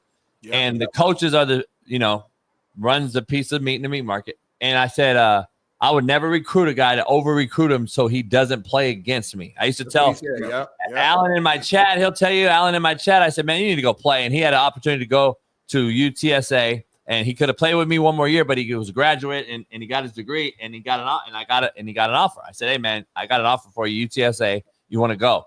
And he was like, Coach, I want to stay one more year, but if you think it's best, I go, man. I said, I would never hold a cat back. God forbid he blows his knee out in practice with me when he could have went and played. So like he said the same thing. He goes, I didn't want to have John Shira, He said he meant who else was the other quarterback he mentioned? Some other guy who went he was loaded. He said he won the loaded. next year. He left, right? Yeah, And then yeah. He said the next year. Who was the next year guy, Steve? You're the encyclopedia, maybe. He said they went 10-1. I think it was a little bit before Tom Ramsey. I don't think it was. Yeah, it was before Ramsey. It wasn't Tom, but he said when he left for the Eagles, they went like 10-1 the next year with that quarterback, and I forgot who it was. But anyways, UCLA would have won national championships if Vermeil stays another 3-4 years. He was that good of a coach. Yeah, he really was. And I think the Rams could have gone back to back if he would have stayed. I never understood why he retired when he did. I mean, when you build a Cadillac, you got to give yourself a chance to drive. It's just like Butch Davis at Miami. Butch Davis lives with regret every day of his life. He should be a college football legend, and he's now just kind of a footnote. That's my advice to coaches. Don't leave before the job is done. I don't care how much more, because you guys, all you coaches bitch and moan about jobs you left. And I said, well, time out. No one forced you to leave. You did that. I look at certain coaches. I'm like, you were better off sticking where you were. Finish the job. Finish the job. Yeah, it was some good stuff. Although Vermeil did, though. Not him. He actually did okay. He doesn't really apply to that, though. Yeah. National champion, Super Bowl champion. I mean, he's solid. He's solidified. 3 days is crazy, though. Didn't he say at the end, though, the interview, he said he didn't really do 3 days that people thought he did? Tough, though. Yeah. He did. He ran him to a degree of like another camp. Yeah. I mean, that was not like a team just going to the Lowry's Beef Bowl and hanging out in Pasadena. He ran it seriously, like this matters. I could imagine a 3 a day. Like, I mean, when you say 3 a day, you guys are saying 3 actual on-field practices, correct? We're not talking about. We used to do it, though. Because we would do 2 a days on field, and then we go lift and watch film. Here's what I know about that. Here's when I knew it started to get soft. Here's when it started to get soft. Tell me. 3 a days was still a thing we did, that I was still doing as a coach. That's insane. I'm gonna be real with you. But when I played college, junior college, we always had in high school we had 3 days. You're not getting better on that third practice. I'm telling you, you're not. The players are drained. You're not getting better. Here's what we did, and we lifted during that. We couldn't leave. It was like we stayed over. Yeah. You know what I'm saying? So we had a morning practice, obviously. Then we conditioned like a shit ton. Then we had lunch or whatever, film. Yeah. Weights. Yeah. The second practice. Yeah. Yeah. And then like as week 2 hit, we started, coaches would maybe give us shorts and pads. You know what I mean? We might go shimmo. Uppers or whatever. Yeah. But when it started to become the third practice under the lights and it used to hit bang, we used to have our bang loudest knock practice at night under the lights. Energy was up. That's how we tricked the players, right? Then it started to become, well, the third practice now is a special teams practice. That's when I knew we started to become gay. But it's not soft. I'm telling you right now, I did 2 a days. 2 days with the lift. It's a great day of work. A third practice? For what? It's like we're just trying to force shit into the day. That don't make 3 don't make. I'm sorry, y'all. I'm a tough guy. Ask any of my coaches. I'm not following up. 3 don't make sense in a day. Smitty, have you ever met DeMarco Farr? I've not met him. I've met him once at a boxing workout for Golovkin. Fucking twin. He should know him. Just twin. He should know him. DeMarco Farr will tell you that Vermeil's practices were the toughest thing he ever went through. And in the year that I guess Vermeil said, okay, I'll shorten the practices, DeMarco said, you know what? It ended up being worse because we did the same amount of work at a faster tempo. And he's just like, wait a minute, let's go back to the long practices. So, I mean, DeMarco has some funny stories. He's been on documentaries. Very nice guy. He is broad. Oh, he's like 2 of me, shoulder to shoulder. Yeah. And he's actually considered small by NFL standards, which is funny.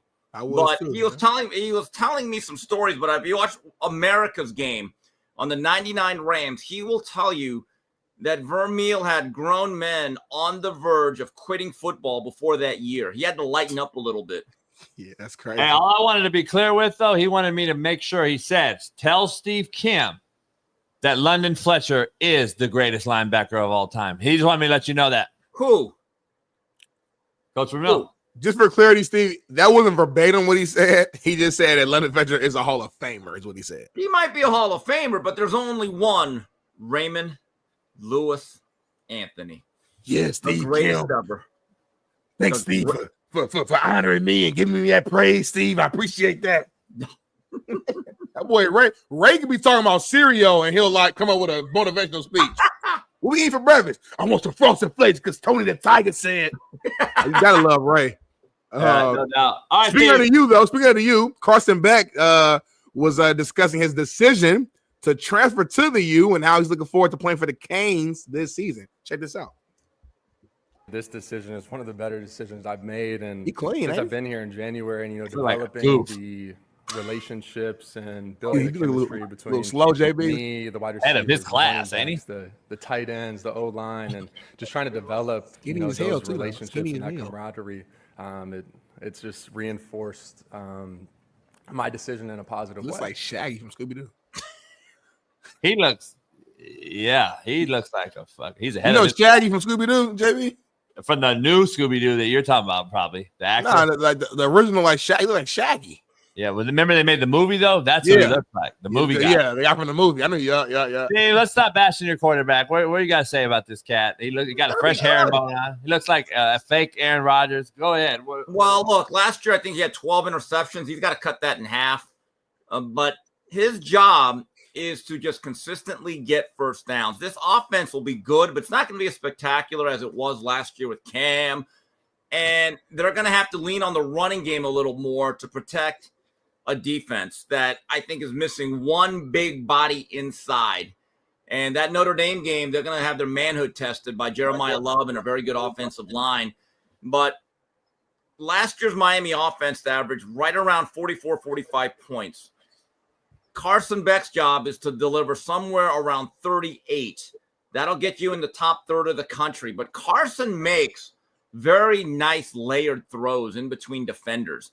Last year, though, he got into the trouble forcing the ball. And, the first half of Alabama, the Florida game was puzzling. But there are other times he looked really good. But he's going to be a guy, like I said, he's going to have to paint between the lines. You don't have to be spectacular. Just be steady and consistent and consistently hit routine throws, which he does very well. What's going to be your new song for Carson Beck? Because you got Cam. Oh, Cam. Have you thought about the new one for Carson Beck or not yet? Yeah, maybe the theme song for the Tonight Show with Johnny Carson. Dun dun dun dun dun. And by the way, him not being with the Cavender twins is the greatest thing for us. I don't know how he feels about it, but I was a little bit worried about his focus. And I didn't want the circus. And, Coach, you got a DM about Carson Beck and that Cavender you showed me about 7-8 months ago. And I was like, oh, God, do we have a circus? But now that she's been put on waivers, he did an interview about 5 months ago with this podcast. And I think it's like a family friend. He said something I really loved. They asked him, what's your most memorable moment in football? What are you going to take away from your time in Georgia? And this is a game that I watched at your place, Coach. This was in 23. They were down to Auburn on the Plains with about 10 minutes to go. They're at their own 2-yard line. And he said, I walked into the huddle. It's loud as can be. And he looked at all his guys and said, guys, we can do this. If we do this right now, you will never forget this the rest of your life. Let's do something special. Now, it helped to have Brock Bowers because Bowers turned into Superman that whole game. And that showed me. And everything he's saying, you're a football guy. I don't want my quarterback to have other interests. I know it sounds terrible, but let's just be honest, Coach. I don't want my football guys talking too much about their hobbies. I hate to tell people, I actually don't want that many well-rounded people. Those guys go to Stanford in the Ivy League. No, seriously, I want football, gridiron soldiers. Okay? Most people want that. They're just not allowed to say it nowadays. And I want a guy that's the first in, last out as my quarterback. That is a duty. That's why you get paid the biggest NIL. That's why you get the best looking women. But there's a price to pay. If you have a hobby, and I'm telling you one thing, the one thing I didn't like about Tyler Van Dyke, he liked golf too much. And I was like, I don't know about this. Don't know. And then look what happened. So first thing I'd ask a guy, do you have any hobbies? And he said, yeah, I like to golf. In my mind, I'm like, all right, you're not my guy. Next. So Steve, is going to be a football guy. We got a lot of stuff to cover with you real quick. I got to ask you, we got a Cam Newton video that my guy. Anyway. We know it's going around. We got a Rhett Lashley video we're going to show you about my SEC, guy. I love about SEC. And then we got a James Franklin video talking about the Big Ten Media Day in Vegas. But I wanted to ask you about, before we get to those, I want to ask you about my guy, Mike Loxley, who I saw a tweet you made when it came out. So Play that. So give me, dive that. Bailey, can you find Mike Locksley? Yeah, he's going to find it.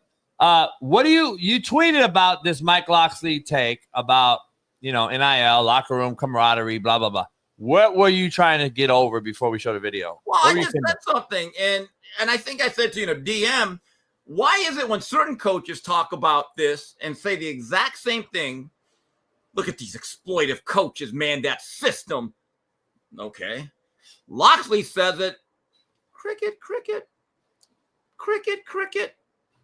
Why? They're saying the same thing. I just find it interesting that certain people all of a sudden don't have think pieces about the exploitation of college athletes suddenly. That's all I'm saying. Yeah, take it, Bailey. Because I had to decide whether to pay a freshman coming in or take care of a veteran player that helped me go to 3 bowl games and have success and do something that hadn't been done in 130 years in the history of Maryland football. And it was hard to do both. And so what I've decided now is if you come to Maryland and you look outside of our locker room, there's a sign. And that sign reads, you can leave your Louis belts, your car keys, and your financial statements outside of this locker room, because when you enter those doors, we'll all pay the same price for success or failure. If Pat Narduzzi would have said that, there would have been think pieces from the usual suspects. I'm just going to leave it at that. And I was the one, I defended Deion over Narduzzi a couple years ago when Deion took the job because Narduzzi went at Deion. And now Deion wants a salary cap. And you defended, you defended Deion as well. And you were like, well, hold on. The portal's the portal now. Like, you were the first one to say it kind of when the Narduzzi thing came out talking about poaching players and all this shit. And it's ironic. It's funny. How we and by the way, for the record, I don't believe NIL should be capped. If you are truly, again, a Tim Tebow level or Caitlin Clark level star, and if 50 companies locally and around the country and corporate or local want to support you and give you money to endorse their product, there shouldn't be a cap. Now, I think what they're talking about is like the house settlement thing, but that thing's changed already, Coach. Now, 2 weeks ago, the mantra was collectives are dead. Rest in peace. Well, like The Undertaker, it's alive and well. I heard the collectives are still around. So they're trying to figure this out.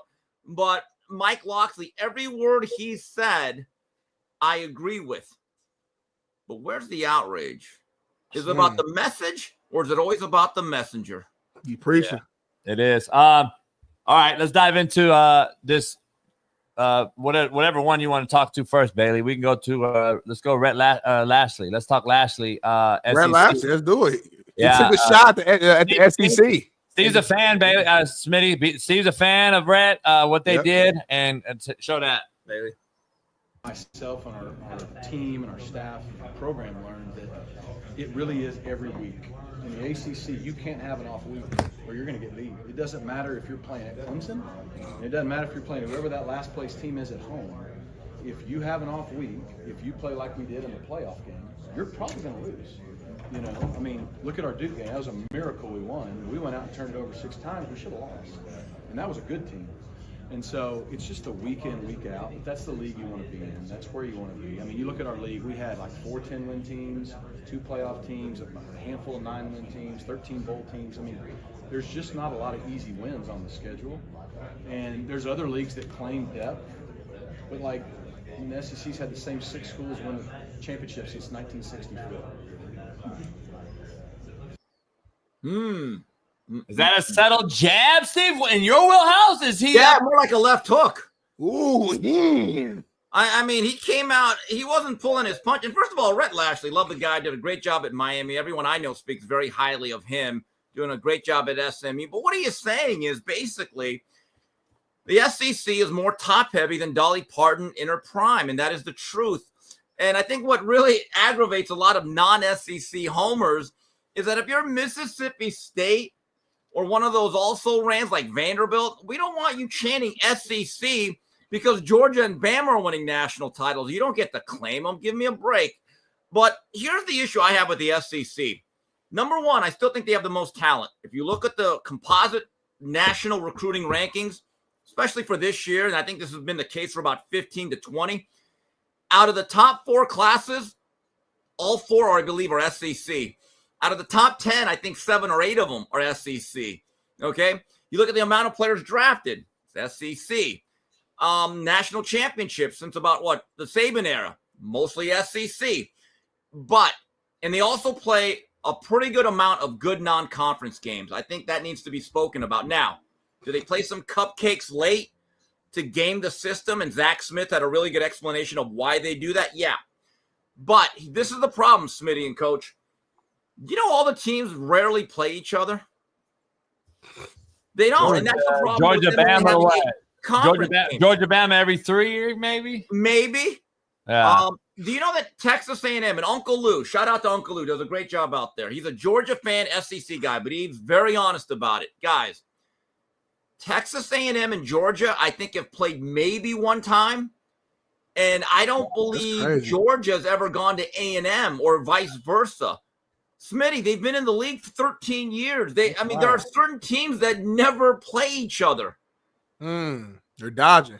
LSU and Tennessee, I don't remember the last time they really played. And they used to play all the time. So that's all I'm saying is you can't claim depth if you never play each other. Are you really in a league, guys, if you never play a team? Are you really in a league together? Really? Now, but when you weigh the head-to-head battles, though, Clemson starts off, gets waxed by Georgia last year to start the season. They'll get a little rematch this year with LSU, but do you counter that with that? Like last year, Clemson lost 3 games to all SEC teams. Like, I think that has to carry some weight too. No, it does. I'll be the first to tell you, SEC has the most amount of talent. That's been proven, but it's really interesting because I still think in terms of the upper echelon, the Big Ten may have caught up to the SEC. Talk about it. They won the last 2 national titles, but I'm talking about their top 3 or 4 teams because they added programs like Oregon. SC still has to kind of rise back up to the level that they once were. So you can make an argument when it comes to upper tier, our top 3 to 4 teams, Big Ten, SEC are kind of even. I still think overall the depth, let's say your top 10 teams or your tougher teams at the bottom rung of your conference, the SEC, I still think has tougher outs. Now, the most balanced conference that I actually like and is going to be entertaining is the Big 12, believe it or not. I think they have the best quarterback play 1 through 12, okay? The ACC, I think, has a good group of about 5 or 6 teams that have separated themselves. So they're kind of like, they got to work on some things. But the SEC, someone made this point. There's not an SEC coach that wouldn't trade their schedule for Kirk Cignetti's. Now, I like Sig, but Sig, Bailey, can you punch up Indiana's non-conference this year? Okay, so Sig's another one. He took another. He had a hot opinion. I like Sig, but Google him. Google that schedule. God, dog, it's so bad. He got rid of it. So he's on record, and we don't have the video for him. He went on the topic today, but he's also, it's like, seems like Coach's hot take week. He came out and said, "Well, we scrapped Virginia on a back-to-back on a schedule," and he kind of took some shots at the SEC as well, and other people. SEC model. It's model. and that's crazy how everyone's like, hold on, like it's wild. These coaches are saying, screw it, man, make it about us again. For every Sanford or Chattanooga State that the SEC teams play in the middle of November, generally most of them also play another P4 game in the beginning. Pull it up, Bailey. I think he just got it in the schedule. At least the early. Old Dominion. Indiana State, Kennesaw State. I think is that it as far as out of conference? I mean, the only thing they're missing is ITT and DeVry. Come on, Sig. You're not. Come on, man. And I like Sig. I think they're still going to be pretty good with Fernando Mendoza, but Sig. DeVry. Yes, it's a good degree. It's a quality degree. Learn how to code, kids. But.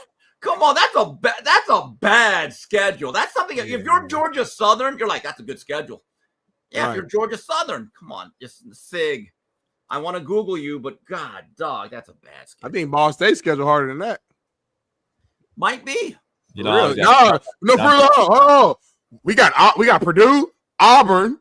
It is right there. Then right there, it's over. We can stop. It's right there. Stop. Yeah. No need to say any more. All right. Speaking of that, another one of my guys, man, James Franklin sounded off. I think we got a video for him. Do we? Their media day in Vegas did not come to this because they couldn't afford to get out here. And the majority of our teams are near Chicago, where this used to always be. The majority of our teams are near Indianapolis, where this used to be. And it creates a different environment. I walk around the lobby. I don't see any signage. I don't see anything for the Big Ten. I don't see people getting autographs. I don't see it's a different vibe and it's a different feeling. I think that other conference, when they have their meetings, there's essentially a press conference every single day at the end of the meetings. It keeps people talking about that conference at a time of the year and makes them relevant. We're not doing that. We need to be talking about the Big Ten and our programs and the things that we have done and making it as accessible to everybody as we possibly can and connecting with the fans. And don't misinterpret what I'm saying. I think Vegas is a special place, and I think they run events as well as anybody. But it's a different feeling. It's a different feeling. And You agree or disagree? Here's my reaction to what Coach Franklin just said.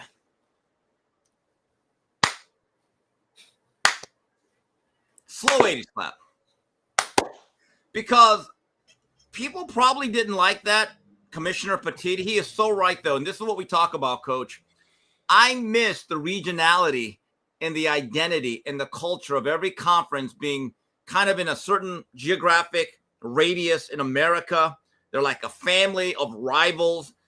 And I have a question. When I think of Big Ten, I think of that Indiana area. It's kind of central. When I think of Big Ten, and I don't care if SC and Oregon, I don't think of Las Vegas. When I think of the ACC, I think of Charlotte. When the SEC, they always have it in that area, right? Mm-hmm. I mean, this would be like the SEC having their media days in Idaho. I think he makes such a great point because I believe that for a lot of these coaches, once you go to these media days, right, and the ACC's having their last day today, I believe, I think the coaches get excited to get to meet some fans, sign some autographs, do the media tour. It's their last bit of fun. Build up the program, and then we get to it. Camp starts in about a week. I'm with Coach Franklin. I think he enjoyed the process of meeting fans, getting everyone excited. Las Vegas, guys, is going through an issue. I've tweeted a lot about it. People aren't going there anymore, and there's a lot of reasons why. And who would have thought charging $28 for a bottle of Coors Light would be bad for business? It's wild. I've just heard some crazy stories. My buddy just left there, and like, JB, I'm just telling you. It's empty. Never seen it like this in my life. He said on 4th of July, it was him and the bartender at the bar at the MGM. That's it. That's it. He said there wasn't a fucking person. And I said, he said on the 4th of July, he said the pool's half full where that place used to be. Man, that's pool season for about 5 months there.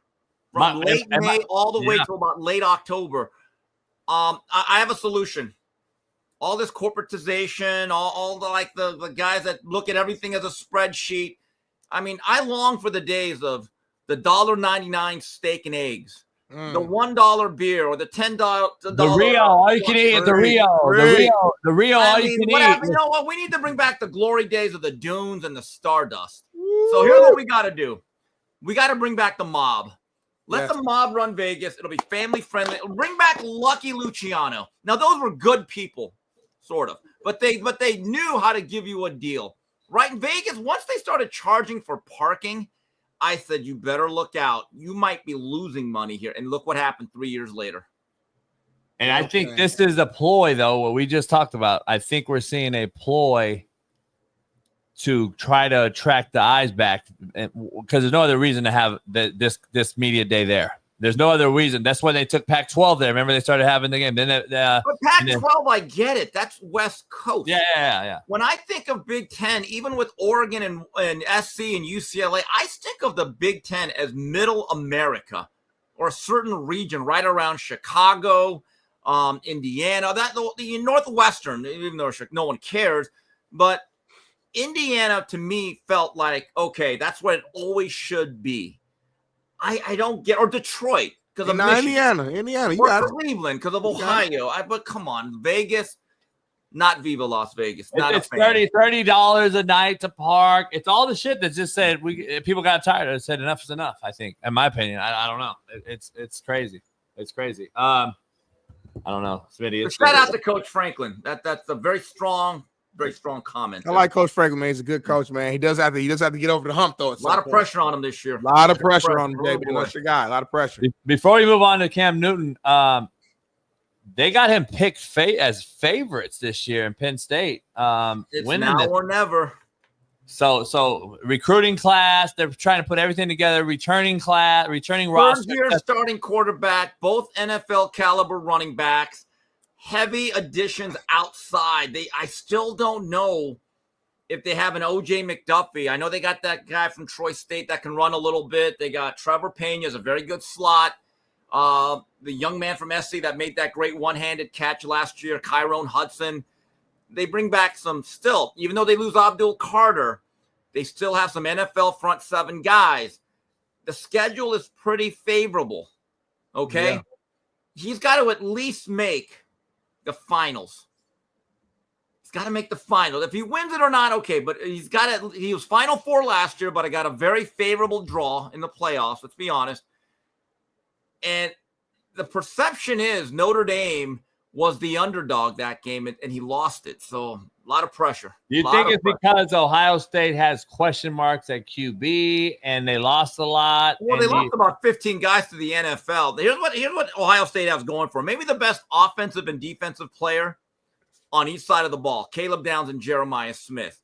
But they lose a lot, both NFL running backs. And they're going to have a first-year quarterback. And I thought automatically it was going to be Julian, you know what I'm saying, but it looks like he's actually in a battle. Yeah. But you look at the losses on the front seven, Tyleek Williams, Jack Sawyer, JTT, Simon. And look, I know they reload, but they went all in last year. So we'll see. But look, they're not going away gently into the night. They can make a real statement against Texas August 30th. Yeah, it's going to be interesting. That's going to be – I'm curious to see how they pick this Ohio State team. We've seen Texas lost a lot. You and I talked about it the other day. Texas lost a lot. That's the other coach, though. Coach Sarkisian has a lot of pressure on him, too. He's the other guy. Yeah. He's made the Final Four twice, so he gets credit. He's not on the hot seat. But there are expectations because there's no guarantee that Arch Manning will be around next year. Now, me personally, I think both Arch and Lenoris need to look at this as a 2-year project to really become the most polished versions of themselves going to the National Football League. But again, a lot of expectations on Texas to break through.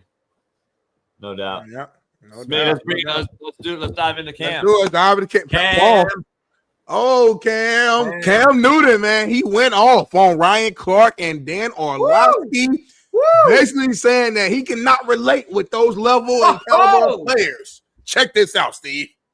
Want to attack the messenger, Ryan Clark. Okay, let's pull up your stats. Second team All-SEC, we cannot relate. Undrafted in 2002, we cannot relate. Then you have one Pro Bowl in 2011, we cannot relate. So if you want to unlock Petty Cam and everything that Cam Newton has ever said on this 4th and 1 show has always been backed by merit and logic, but some way, shape, form, people keep attacking Cam, the person, or why he didn't jump on the fumble, why he didn't do this, or comparing and contrasting. So when I compare and contrast you guys' statistics and Dan Orlovsky, never mind. But as we keep going and we keep unlocking and keep poking the bear, and y'all want to play this game, I can.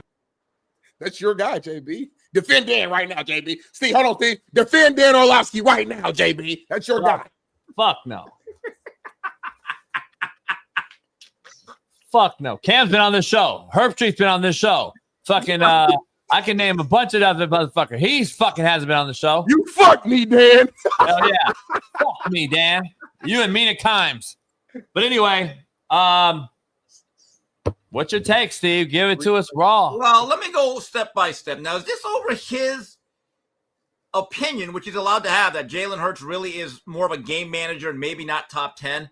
Well, before that, did you hear Jeff Garcia on our show the other day say that he kind of is on Cam's side? He's like, he's flirting with it. Look, Jalen Hurts, is he supported by an unbelievable offensive line and run game? Yes, but also his +1 ability also it helps the run game, though, because those backside ends just can't crash down.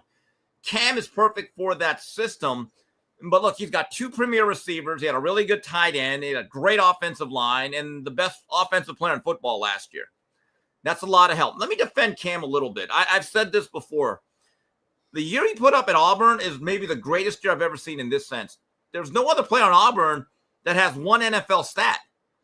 None of his offensive linemen played a single game in the NFL. None of his receivers got a single yard. His running backs didn't play in the NFL. I mean, I've never seen a guy carry a team to that degree.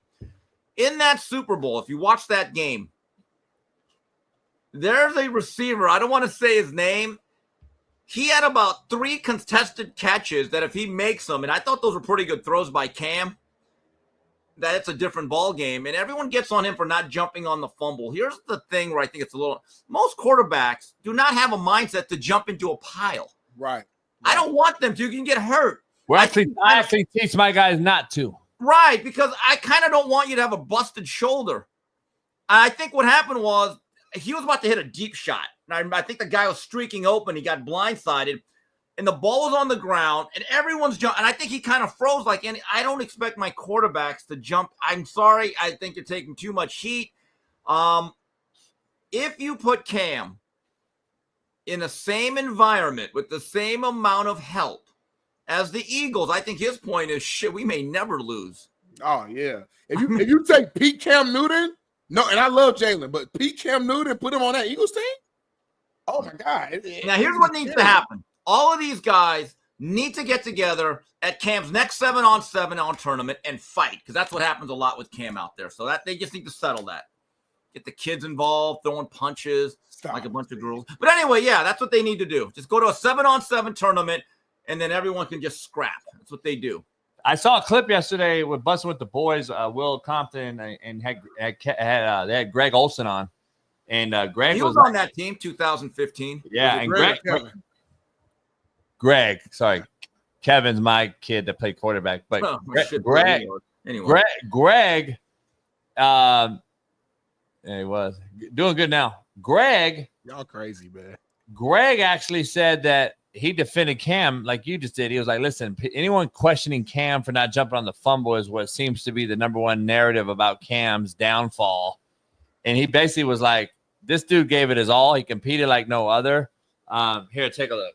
Your mind when you see Cam Newton double clutch on that fumble. You know, I think to the outside world, and I mean this sincerely, this is not me covering for Cam. Of every guy I've ever played with, if there was ever a guy that you did not have to question his physicality, his toughness, his competitiveness, it was Cam. And that is not a cliche cover for him. Like, if he pulled up in the moment for that ball, I've heard him talk about on his podcast, like, in the moment, that was not, I'm scared to go get hit. As we all have been there in time, your reaction to what you see in the moment and feel, and it's hard to really even quantify what you do. You react. For 10 years, I watched that guy put his life on his body, his life, his career on the line in big moments, in meaningful games, in Wednesday practice, in training camp, all between. People want to knock Cam for a lot of things, fine. You cannot knock him for not being competitive, for not being tough. And when it came time to going out there to play, that dude played his ass off every day.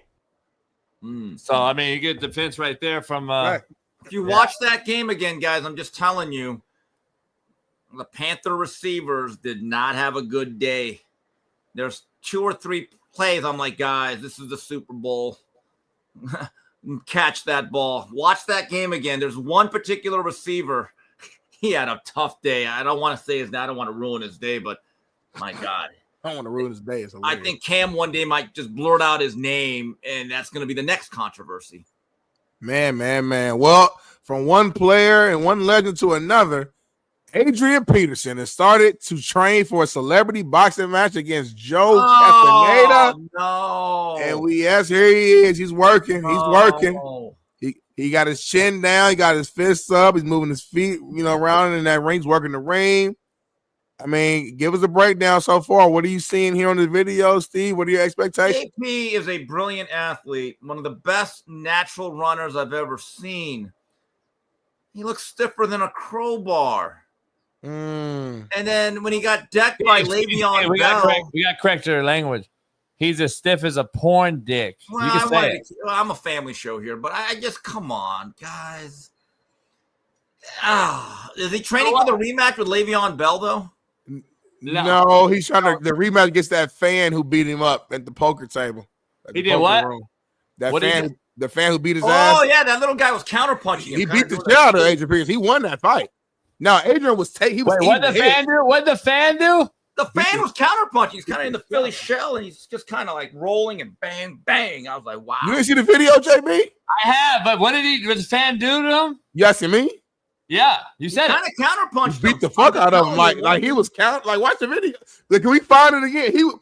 He was countering, dodging. Yeah, shoulder rolling, Philly shell, slip roll counter, catch and counter, doing all that. Adrian didn't land nothing until he like grabbed him. That don't count. You can't do that in boxing. So you got to just use your feet and use your hands. I don't know. Who's promoting this? Is it a Barstool? I think Turkey Out of Sheik. No, he's not. No, I'm just playing. I'm not saying hell no.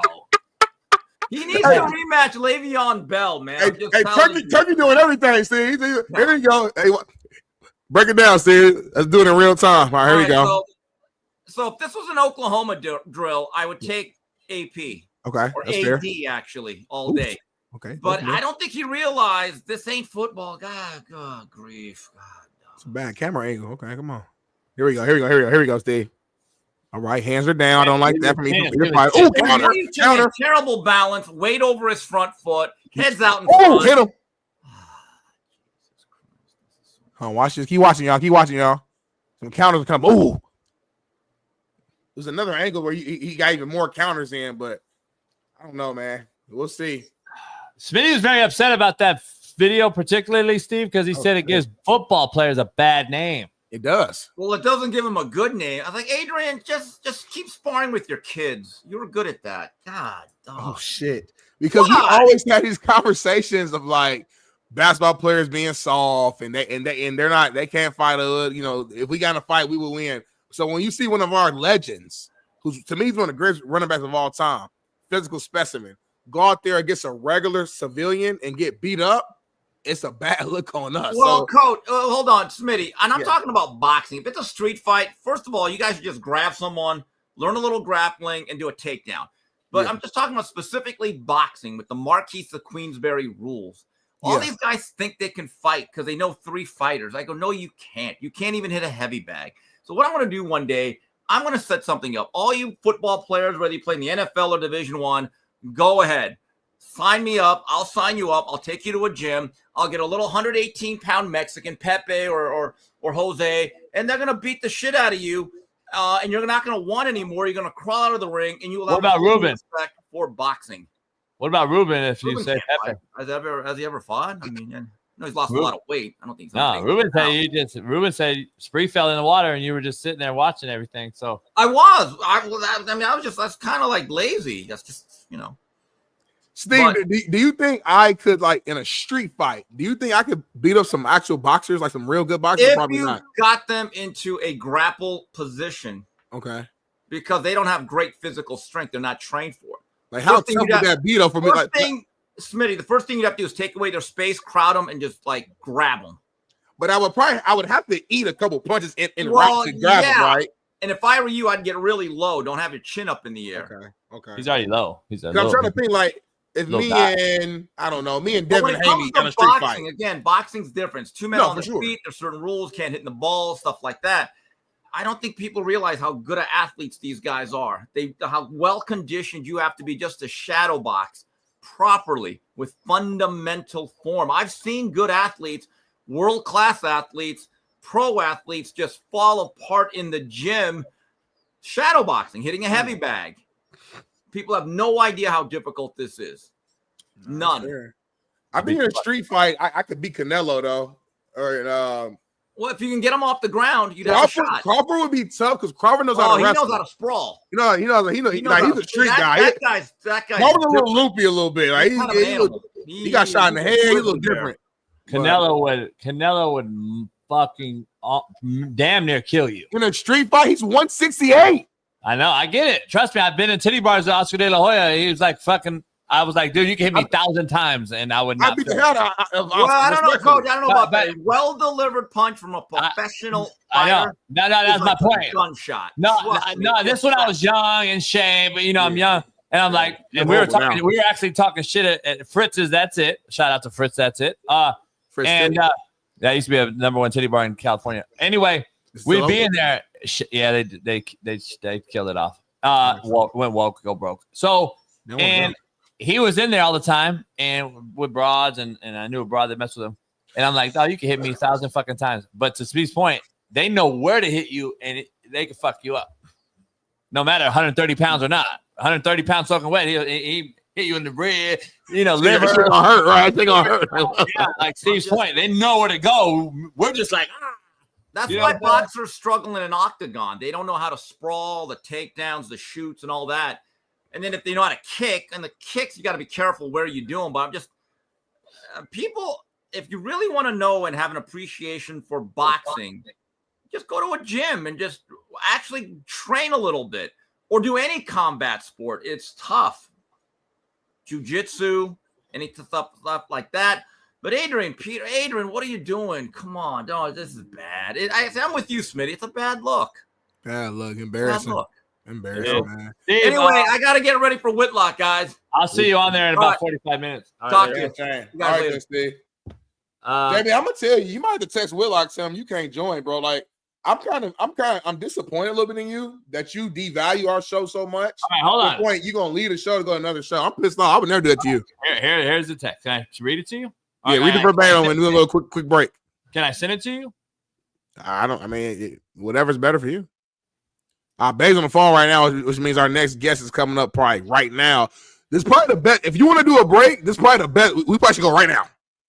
Smitty, can you come on today with us and talk QBs to compare a decade ago, blah, blah, blah, 8:30. And I said, bro, that's during my show with Smitty. And I have Dick Vermeil, Jackie Slater, Dante Culpepper, Solomon Wilcots, Steve on. He said 10-4, understand. He said, looking forward to watching the show later on tonight after all my stuff. So then I said, thanks, wish I could, bro, but can't. And then he said, what about at 8:45 if Smitty can control the group?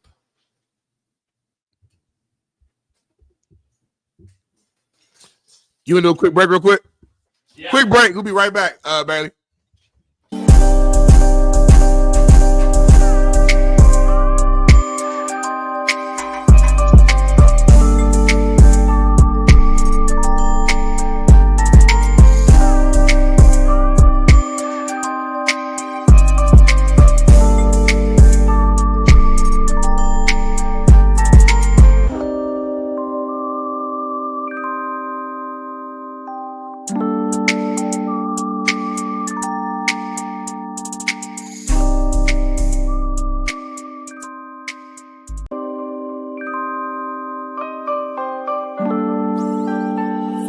Ladies and gentlemen, joining us now is a man who has spoke to every single NCAA college football 2025 team seemingly on the internet. From Last Chance U, national champion, Coach JB. Yeah, Coach! What's up, gentlemen? Coach, just great car, great stick. Thank you for pulling off to the side of the road. Hope you don't get killed here. Honestly, the side of the road, LA, I assume, that's not necessarily the safest place on earth. So we'll make this quick. How do you feel about all of these new coaches now in this NCAA college football 2025 game using your speeches to motivate these boys from one side of the country to the other, Coach? I feel broke. Yeah. Like, it's crazy. Can I get like a royalty or something? Like, Netflix already screwed me. I'm getting screwed by EA Sports now too? Like, holy shit.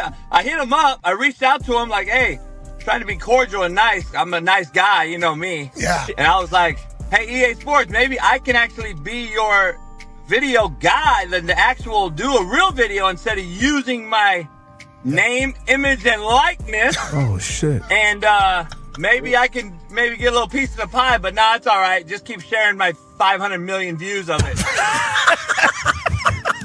I don't mean to laugh at you, but obviously you are a hilarious, miserable person, and this is kind of is how it goes. Hey, Pat, I was actually chilling. My back went out yesterday, so I didn't even do my show today. So I just left my chiropractor, and I'm waiting on this damn cigar company to open. They're late, of course. I mean, come on. Shit. Okay, so life is good. Last question for me, because I know the last time we talked to you, you had not watched the Netflix series Last Chance You. You said that. You said, I've not watched it, but obviously you've heard from everybody. Now, do you see some clips that come across your way? You're like, I don't remember saying that. And then all of a sudden, oh, I killed that. And do you judge your clips whenever you see them? You're like, I murdered that one. Nah. A broad came over to the house the other day, and I didn't really want to watch Netflix with her and chill. But she wanted to watch the show. We watched one episode. Okay. And I'm like, I can't watch this. Okay. And she was like, oh my God. I'm like, I don't want to watch this. It was the first scene of the cow scene or whatever. And I'm like, yeah, they only made about $4 billion off my name on this shit. I'm not watching Netflix either. So I'm spiteful right now, Pat. I don't want to watch Netflix. I don't want to watch EA Sports video game. I'm like, man, and I can't even get 40,000 subscribers on my YouTube channel. Well, you're going to the moon. We appreciate the hell out of you, Coach. Hopefully it'll get figured out, and we know the Netflix and chill thing, what that leads to. Bad backs, chiropractors. We appreciate you. Ladies and gentlemen, Coach JB. Yeah, Coach.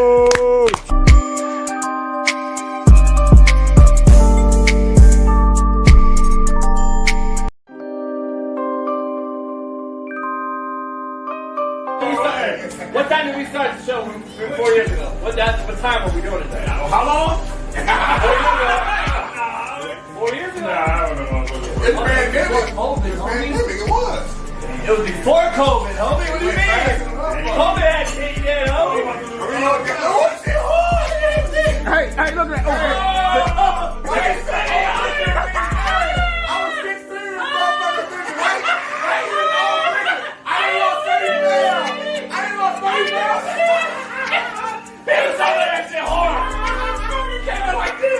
That's my boss, man.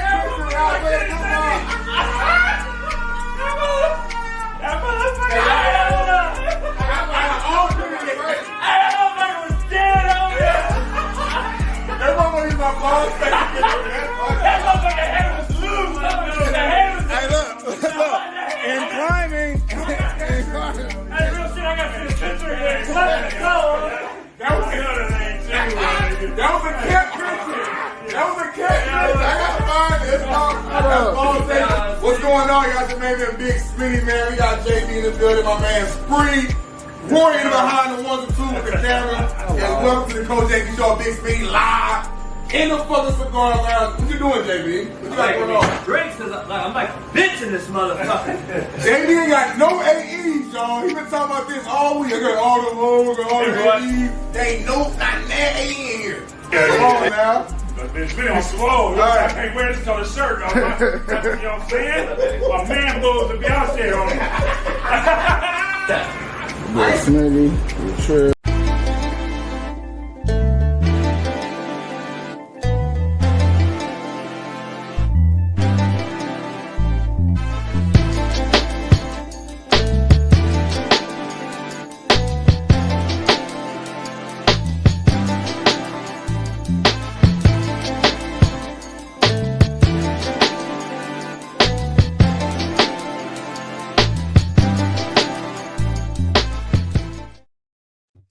We back, man. Haven't had a chance to talk to you fans yet, man, but we appreciate y'all. Make sure you hit the like button and subscribe. Become a member today if you're not one. We got a brand new Discord with Young Bailey who's going to launch that probably during our first dark week, so we can still communicate with you guys while we're gone, and we'll tell you those dates here in the near future. But got Jackie Slater right around the corner here, more guests, and JB, let's take these next few minutes to just bullshit a little bit, man. We haven't had a chance to really bullshit until we, until really the whole show has been guest loaded. So anything crazy you got to say it right now. Watch it's me and you. Anything. Politics, anything. Trump, whatever. What's Too happening? late, next? too late. Go in, stop it. Too late.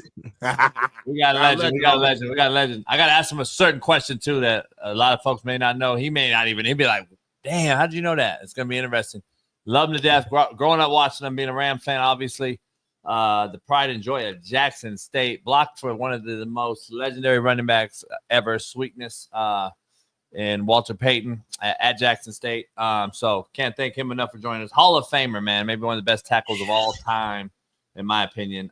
He's definitely in the conversation for sure. Our main man has his own show now and podcast that you have to go follow and watch. It's in the ticker below. Legend Jackie Slater joins the show. It's an honor. How's it going, guys? How's it going? Good, man. Good. You still look like you can go pancake Smitty right now because his ass played D tackle. Jackie, I was a D tackle. I wasn't on your level, Jackie, but I was a D tackle. Played at Ball State University in the match. Would love to do a one-on-one with you if I see you in person. No. I'm not doing no one-on-ones, man. I'm done with the one-on-ones. You still look good though. Seriously, you still in shape. Shit. Well, I try to hit the gym, 3 or 4 times a week and try to, keep from just turning into a blob, I looked at you and I was wondering, this guy looks like might be about Aaron Donald's size. So how tall are you? Yeah, I'm about 6 foot. I'm smaller now, so I'm about 260. But when I played, I was 275, 280. Yeah, tackle, 3 technique, solid. Yeah. Well, that was Aaron Donald, man. And wouldn't you agree with me that we haven't seen the likes of Aaron Donald play before? I gotta correct this young man here. He's a youngster and he's about 5'10" and a half. Stop. No, I'm not. I'm not. All right, Jackie, I gotta ask you a question right out the gate. You got a show going on your own podcast. What's going on with that? What's that about? We're having a blast. We're having a blast. Vince Ferragamo and I have been doing it a couple of years now. It's called On Point Live with Vince Ferragamo and Jackie Slater. And, we got some really nice sponsors, people that like the work we're doing is coming along beside us. Harmony Cheese out of Wisconsin, one of the big cheese manufacturers back there. And then, we're bringing on some people here locally. Galpin Motors are very interested in supporting us. So we've been very well received, and we're having a blast, man. We've been friends since he came to the Rams, and he was a year after me, and we played together. The guy took us to the Super Bowl, one of those quarterback stories where he got hot and just lit everybody up, and we ended up in Super Bowl 14. But the team we played there, the Pittsburgh Steelers, was just a little too much for us at that particular time. But we're having a blast. Vince and I are having a good time. Oh, nice. I was going to ask you, so Vince covered me as a reporter, sideline reporter, when I was coaching out here. And he's a pride and joy, Banning, California, right here, Right. The whole family. So I got to know the whole family, watching them grow up, the legendary family that they were here, and Carson, Banning area. Right. So I'm from Compton, so I got a story, and I got to ask you if there's truth to it, if there's any truth to this. All right. So my dad and grandmother, my grandmother bought their house in Compton in 1921 for $5,000. Wow. And so I grew up there as a youngster, but I was the only white boy, Jackie. So my dad went to Compton High in 55. He graduated with the first brother that graduated in the graduating class that year. Compton Centennial had already turned all black, and they played for the CIF title that year. Compton versus Centennial, all white versus all black, basically. Is that right? Yeah. And so on that street, though, Pete Rozelle, NFL commissioner when you played, obviously, grew up with my dad. They went to Compton together. Duke Snyder, the great Dodger. Wow, man, this was the epicenter. It was the epicenter for talent in all areas. Yeah. So let me ask you: is there truth to it? My dad told me a story, and I didn't know him as he bullshitted, but he didn't lie to me too often. He said that you got drafted in '76 as a rookie. You were looking for a place to stay, and that my grandmother was renting you a place in Compton. Did that ever happen? I never lived in Compton one day in my life. And I think that you were looking or something. They may have talked to you and when you were a rookie, I think, and something like that. Now, when I was a rookie, I was looking for, definitely all over the place, looking for, some place to stay. I didn't know, the area very well. And, but later on, after I hit so many snags of trying to get, centrally located, one of my teammates lived in Long Beach in the Bixby Knolls area. And we found a place over there before my wife came out. But I never looked in Compton. Now I might have met some. Were they realtors? No. They just they had a player. They had a former Ram that stayed with them prior to you, and then I guess he was reaching out, and that was like how the story was. Now I was one, so obviously. Well, later on, yeah. There may have been some conversation I might have had with someone about finding a place to stay with some urgency and stuff that might have come up. Yeah, it might have come up, but I didn't remember. And there might have been somebody who mentioned my name to your and that's relatives. what it was. That's why I wanted to ask live, and I didn't know the story. That's why I'm asking chat. But it's very possible, because I can tell you, coming from Jackson, Mississippi, to Southern California to play football, when it came time to find housing and everything, it was like helter skelter, man. I was, anybody who was offering advice, I probably went that direction and talked to somebody. So I guess it's conceivable. It's possible. No doubt. Let me get into brass tacks real quick. You blocked for Sweetness. I know his son real well. He comes on the show here often. Is that right? Still talk to him, yeah. What was that like, man, having that guy to block for, and then going over and then getting a guy like Eric Dickerson, who I consider the best running back ever? That's my opinion. How were those two guys similar? They were very, very similar relative to their game time attitudes about competing. Walter Payton, and I will share this with you. When I went to Jackson State, because the head coach there, and Walter Payton, came to my home and recruited me. And the head coach said, you and Walter are gonna make this university special. And I'm thinking to myself, I'm gonna be a defensive lineman. Walter's gonna be, a running back. Man, this is gonna be cool. I get to Jackson State, and the first thing they did was send me to the room with the offensive line. And I was very disappointed with the defensive line. I was very disappointed about that. Sent me to the room with the offensive line. I was very disappointed about that, because I was a defensive lineman. And so I almost left Jackson State. And then I said, okay, let me try it. And I wouldn't even try. I mean, I had two guys, Leon Gray and Emmanuel Sanders, at that particular time, telling me, hook him, reach him, just giving me instructions, because I was trying to fail so that I could get back on the defensive line. I fancied myself a pass rusher. Yeah. And a run stopper extraordinaire. That's what I thought I was. And here I am over here blocking for some guy. Well, when I finally figured out that there were a lot of different ways to go after and block a guy, and you can mix it up and change it up and just have a flavor. It don't have to be monotonous. That was when I took off. But the real thing that made a difference for me, that I think carried me through the remainder of my college days and the 20 years that I played, was watching Walter Payton practice. I remember thinking to myself, how can an offensive lineman simulate this kind of effort and this kind of display of talent, like a running back is doing? This guy in practice, man, was running over people and shaking them and putting moves on them and doing everything that he did in the games. And I thought to myself, well, maybe he's just doing what he's doing in the game in practice. And that was when I started to say, okay, if I want to play like this, I need to practice like this all the time. And that was one of the things that Walter Payton gave to me as a competitor that I carried all those years. Man, that's a phenomenal story. And then I guess the fast forward for me a little bit, in the league, you also blocked for another amazing, Hall of Fame back in Eric Dickerson, who I, had a chance to work with a little bit at Fox Sports years ago as well. Talk about, I guess, how great was ED and block, and how did he make your job even, I guess, easier, I would say, blocking for him?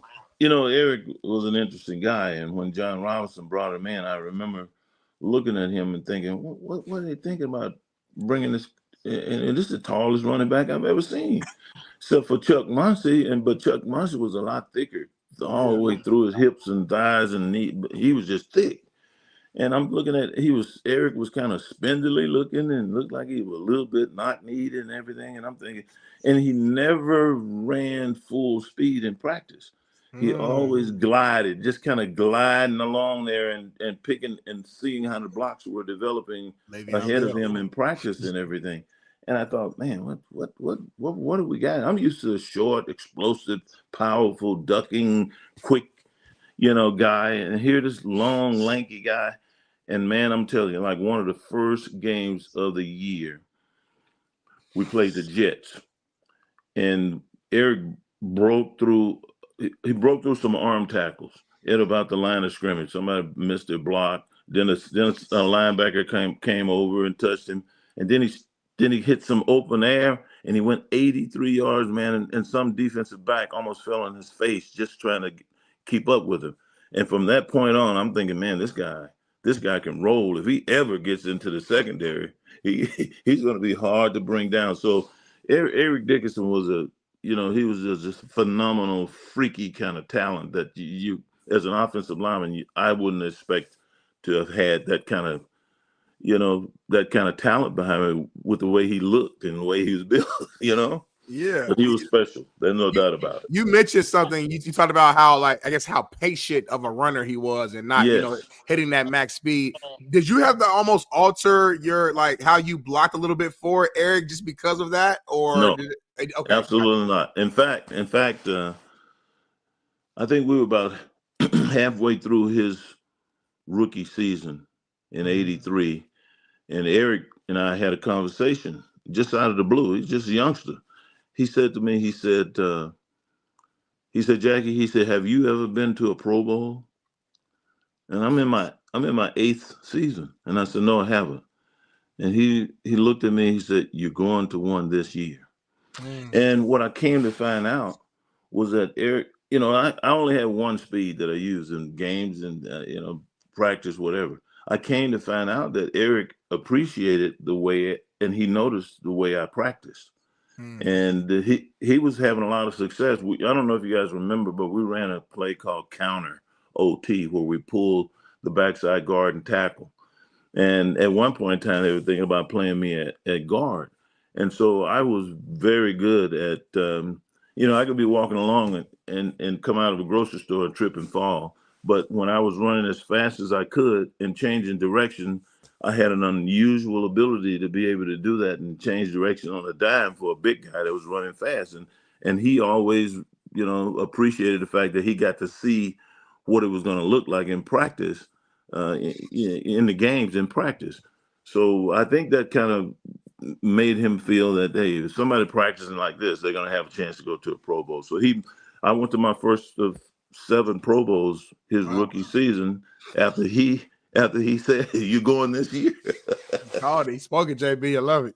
Hell yeah. Jack, I got to ask you, I grew up watching you guys play. Obviously a Ram fan, growing up my whole life in LA, obviously. We just had Coach Dick Vermeil on before you. And then he had won the title with the St. Louis Rams. Mm-hmm. And I asked him, being a California guy, I'm like, man, would it have been great to win that Super Bowl in LA opposed to St. Louis? But going back to that team that you had, that O-line, you and Irv, Pankey, Doug Smith, Dennis Harrow, who I got to know. He owned the place Legends down here in Long Beach, Right. sports bar. Yeah, that caught fire. But how good do you rank O-lines, and do you look at that O-line, even biased or not? I don't care. Is that one of the greatest O-lines ever? I think it was. You guys, the Cowboy O-line with Emmitt Smith and Aikman and them. I think O-line wise, you might have had the best 5 as a group that I ever saw growing up, and then I later coached. But is that O-line that gave Dickerson all that room? Yeah, You put it up there? It has to be considered one of the best. And John Robinson, when he came to the Rams, he brought a little bald head man with him that I had seen on several occasions taking notes when Dan Radakovich was coaching the Rams offensive line. And Dan Radakovich came from the Pittsburgh Steelers. And along with Bud Carson, they just left Pittsburgh, 3 coaches, and came to the Rams, and we went to the Super Bowl with these guys. Well, the little ball head man was the offensive line coach at USC, and he was pumping out Brad Buddy and Anthony Munoz and Mosbar and all those first round picks. I'm thinking, wow, these guys first round talent going to USC, and they're all pretty good. Well, when Don Robinson came to the Rams, there was the little ball head man came with him. That was the first time I associated Hudson Houck with all of that success they were having at USC. And when he got to the Rams, man, he was just an unbelievable motivator, unbelievable teacher of technique and problem solver for us all. And you know, he had me to doing some things that I didn't like early on. And I think they were getting ready to cut me because I had been playing for 7 years and I was fighting what he wanted me to do. And I said, man, once I sensed that they were probably getting ready to cut me or trade me, I went in and I said, Hudson, I said, man, listen, I said, you're asking me to do something I've never done before. And you know, I'm going to try it. And he said, that's all I'm asking you to do. Just try it. Well, it had to do with losing ground to gain position on run blocks.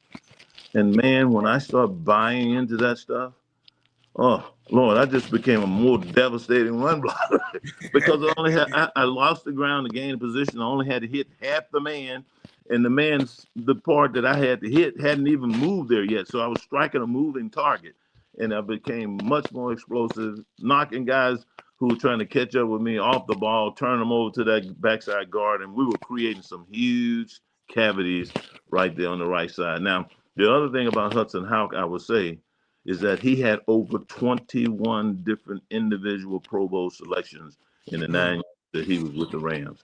So our offensive line, you know, there's some good ones, and they had a good one over there with Emmett over in Dallas. But you got to remember, when they had that line in Dallas, Hudson Houck had left the Rams and gone to Dallas and was coaching them. Wow. Yeah, Hudson was probably goes to him and Alex Gibbs, and there's a couple guys that may be the greatest O-line guys ever. Actually, I mean, absolutely. And I personally think Hudson Houck is an NFL Hall of Famer. Sound like he should be. Let me ask you this. I know you had a lot of great battles in those trenches, you know, during your tenure. Who are some of the best defensive linemen or guys in general that gave you some of your hardest games, your hardest battle? I mean, you had obviously, you know, LT, you had Reggie White, I believe, or Dan Hampton, this couple guys you went against. Who was that toughest battle? Well, to me, the most difficult guy that I had to deal with was Reggie White. And it was Reggie because he was bigger than everybody. He was stronger than everybody. He was faster than everybody. I remember the first time I played him, we were in Philadelphia, and the lead had gone back and forth, back and forth. He had just come out of the USFL, I believe. And so I didn't know anything about him, but mostly they had him lined up, you know, in that bear technique where he was either over the guards or over the center. So I always viewed him as a defensive tackle. And so the lead was going back and forth in the waning minutes of the game. And then I walked to the line of scrimmage, and there's a little chubby defensive tackle out there. I'm thinking, okay, I got to play off here. They're going to send this guy out here, you know, and it was Reggie. And, man, I got in my stance, and I took my pass set, and I thought, oh, I got to speed it up because that sucker took off. That sucker took off. Jump that snap count. You want to jump that snap count. No, that's when I hit that count and took off. And this is the way I always tell the story because this is the way it happened, exactly the way it happened. He took off, and I tried to catch up with him, which took me out of my balanced position, just trying to get back. And then he went down low and put that hump move on me. And this is the way I tell the story. After he put the hump move on, I watched him go over and hit the quarterback, and the ball came loose, and he landed on it. And then I landed over there about 5 yards. That's going to launch me into the air, and I was in the air watching him go sack my quarterback and recover a fumble before I hit the ground. That dude was he really like that strong? I've seen him lift I grew up with Larry Allen in Compton. He lifted Larry Allen. I mean, yeah, he was unbelievable. So from that point on, I figured, okay, see, after that happened, they started using him almost exclusively as a defensive end, except for occasion he'd go in over the center. So from that point on, it was where the things that I learned at Jackson State with Leon Gray and Emmanuel Sanders, those those things came to play. You can't serve up meat and potatoes to a guy like that. You can't serve up meat and potatoes to a guy like Howie Long. You can't serve meat and potatoes up to the fastest big man I ever played against, and that was Mark Gastineau. You got to do something else. You got to do something that nobody else is doing to neutralize this guy and get him starting to think more than just reacting more. And that was what I did. I conceivably I took a lot of risks. I remember we played Reggie the next time we played him. It was out here in Anaheim. And after the game, we were in our offensive line meeting, and Hudson Houck, before the meeting started, he said, "Guys, we got a problem, and we got some problems, and we got to get them straight." And I'm thinking, okay, well, I don't know. I'm feeling pretty good sitting here. I don't know what the problems are. Well, as we went through the video, every time I did something unorthodox that was risky, he pointed it out. He said, "We can't do this. We got too much money invested in our quarterback. This kind of move right here on this situation, this is a 7-step drop. We can't be doing that." He never called my name, but we went through the whole game. And then after it was over, he said, "Oh, let's take a break." He said, "Jack, I need to speak to you." And so the guys got up and walked out of the room. They looked at me with their heads down like, oh, they're getting ready to chew Jackie out. And so as soon as that door closed, he walked up to me and extended his hands, and he said, "Hell of a job." He said, "You know why I had to go through that film and grade you as hard as I did?" He said, "But," I said, "I think so." He said, "Because most of the guys sitting in this room here wouldn't have played that game the way you did it. They wouldn't have anticipated the risk that was happening when it happened, and we would have had a busted up quarterback." He said, "But man, you did a hell of a job." And that was the way we left it. So he grew to appreciate my unorthodox measures and dealing with, unusual and rare talent. And that was very encouraging to me. Let me ask you something about Mark Gastineau. You mentioned he got a sack and showboated like he would, and then a bench clearing brawl happened, and you both got ejected in that game. What was that about? Was that just him being him, you being you, or pride set in? He got. I mean, we get beat here and there. It's football. This is what happens. Yeah. Mark was an unbelievable talent at the time, obviously. No doubt. What was that about? I remember that whole scenario. Well, I always acknowledge, as I did earlier, Mark Gastineau as the fastest big man that I've ever seen in my life. Reggie was quick, but this guy was fast. Right. And I could tell, he probably weighed about almost 280 pounds.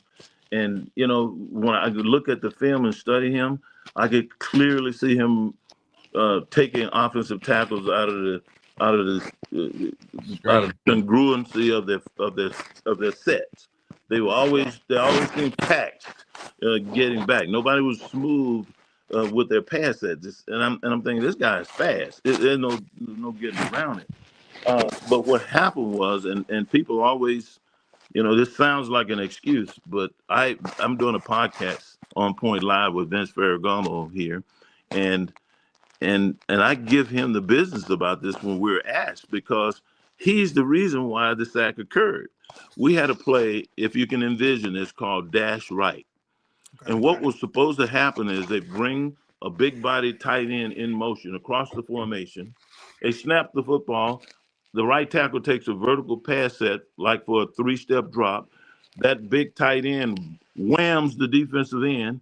The quarterback's supposed to go back about 3.5 yards vertically, like he's in the pocket, and then he's supposed to run outside behind the offensive tackle, who has just been freed up to run out there because the tight end whammed the defensive end. And then the quarterback is supposed to give me a go to run, and he's going to run behind me. Or if I don't hear anything, I just got to protect anything coming off the edge, like the corner, back inside. Does that make sense to you? Did I describe that accurately? Yeah, 100%. Well, when I said, and there's the Preston Denard, the wide receiver, is the guy on the field that's supposed to be whamming. He comes over and runs a route. And I'm thinking, it's about time for me to start working my heat. I better try to hook this guy, because Vince is going to come out. Oh, everybody got a call. Oh, man, we need the rest of that story. I hope he called back in. But Yeah. it sounds like that wide out, that wing basically didn't block his guy. So So what he's saying he was doing for everybody out there listening. So what he was saying he was doing, he was hi-hatting somebody to influence them so they can get the D in up the field so they can cut go him. out to go. Yeah, and crack him. Yeah, or black him. I think he's back in. Maybe not. He lost his. Let's give him like 30 more seconds. Let's see if he can get back in. 40 more seconds. No doubt. And plus, people don't know, Jackie was coaching, I believe, JUCO out here at Saddleback Community College, and then he was coaching at Azusa Pacific with a couple of buddies of mine out here in SoCal. So Jackie started coaching, and I was wondering if he missed that or missed it. But we got we'll see it for a second here, and then see if he can pop back in. But we had legends all day long. Yes, we do. We got another legend already in waiting, so we'll bring him in a second.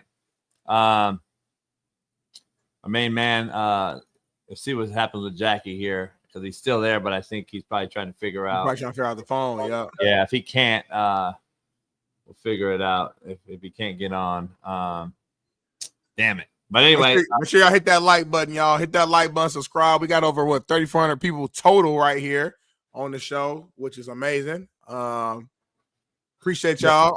Over 1,000 on YouTube, of course, all show long. No doubt. If we can't get him in, I'm going to introduce this man, because it's another Colorado Buffalo legend, Cincinnati Bengal legend. Yeah. And this guy, by the way, a lot of guys don't know, he from the city, dog. He from the hub town, hub city, Comptown. But the pride and joy of Rubidoux High School, which is out in Riverside, kind of where I'm at now. We've talked at a few clinics and a couple conventions in the past, and Super Bowl. What is those? What are those, Smitty? Where the Super Bowl deals that how they have the media days? Oh, media, yeah, the media days. We got to bring him in, man. I think Jackie's trying, but it's still black screen. So, but anyway, our main man. Make sure you guys follow him and go follow his show. Our main man, Solomon Wilcots, joins the show. What's up, guys? Yelling Compton, but we moved to Riverside. You know that. Everybody end up moving east to Riverside. Riverside's all Compton now. You know. Riverside. Hey, Solomon. To be real, when we were young, it was Palmdale, Lancaster, Moreno Valley. Moval. Yeah.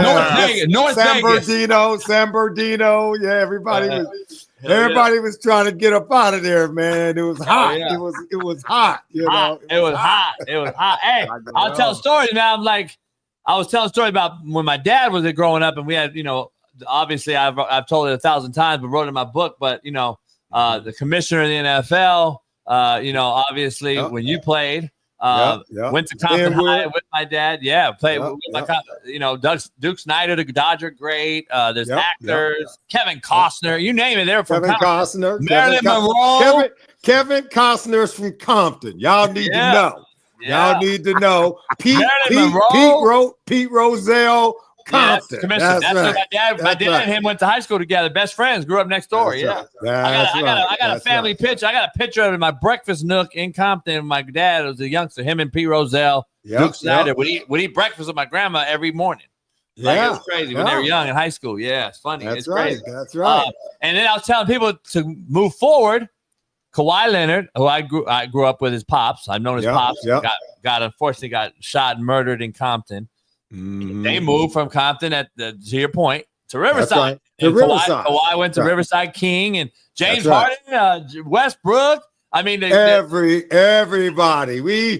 Look, man. We were trying to get up out of there. It got hot in the 80s. It turned bad. It got bad. It was worse. These youngsters don't know how it was. It was like this ain't nothing no more. Compton's like Beverly Hills now. Shit. Right. No doubt. Man, I appreciate you hopping in. Proud of it, though. I'm proud of it. Hell yeah, proud of it. Man, I appreciate you hopping in here with Smitty and I. Smitty's jobless now, after hearing what happened with Fox and everybody. So Fox layoffs, and Smitty was part of that. So, him and Paul Pierce and everybody chilling. So he's full-time. He's full-time now with us. So, but I can't thank you, brother. Can't thank you enough for hopping on. Hey, we gotta dive right into it, man. Make a viral clip. You're a Colorado buff. One of my best friends growing up is Darian Hagan, obviously. And and we talked there, obviously he's at San Diego State now coaching again, so he's happy. Yep. But what's your take on this overall deal? What's going on now? I know Deion's health is in question and some things. They're still reporting he's not fully healthy. What's your take on his year 3? As I judge coaches on year 3, I think we have 3 years make this is our 3-year plan for success, as I've been saying. What do you think you're going to expect out of your Buffs going into year 3 for him? Because now he's got no son. He's not his son at Q. He's got no Travis Hunter. He's got what is he? Is he building a culture? Is the program being built there? Because we know that he has a lack of like high school signings and all that shit. But at the end of the day, the portal now is the portal. I don't know if high school recruiting is what it was. So are you happy? Are you happy to see what's going on? Are you optimistic this year? What's going on in Colorado? Well, first let's go back 2 years ago. The team was 1-11, bro. Because I think you have to have context, right? To say, here's where we're at now. The context is when Prime showed up, the team was 1-11. They couldn't even sell a jersey when it came to merch sales, right? They couldn't get people to show up to games, and they couldn't recruit. Facts. And now the entire team has an average grade point average above 3.0, the best in school history. They have a waiting list for enrollment at the University of Colorado, where enrollment is up over 40%. They're selling more merchandise than they ever sold in the history of the school. Everybody's making money. Every game is sold out. Every hotel is sold out. Every restaurant sold out on game day and every weekend in Boulder. You got people coming from all around the globe to come to Boulder, Colorado. That's what he created. You know this, JB. Coaches, they have to create this energy around the program and from within the program. He did all those things rather quickly. I remember him telling me before the first year, he said, we now have free agency in college football. Yeah. And he said coaches have always had it. Now we got it to build a football team. It don't take 5 years to build a program anymore. He was ahead of the curve when it came to a lot of this. I think he's used it. I think he used it to turn the program around. Yep. You got a lot of hate out there, JB, by some people blowing a lot of smoke, but a lot of hate. But guess what? He's done everything the program has asked him to do, and then some. He's exceeded expectations rather quickly, and I agree with you. Year 3, particularly without Shedeur, without Travis, and some of the other guys who were there when he first arrived, this is now where it really starts to take hold. And I think we take a wait-and-see approach, but we're very optimistic. We're still high on the program in terms of what he's doing. No doubt. It's going to be interesting. I know that the money's through the roof. We had this debate, and I've talked to Deion over the years, and just in the coaching world of things and other stuff. Like he got paid top 10 money college football now, I think, for sure, maybe higher than that, but he's up in the top 10. Is he? I say he's earned the money. I said I don't think he's worth the money, and I'm just talking coaching. He's earned the money because of everything you just said. Is he worth it as far as the coaching part of it?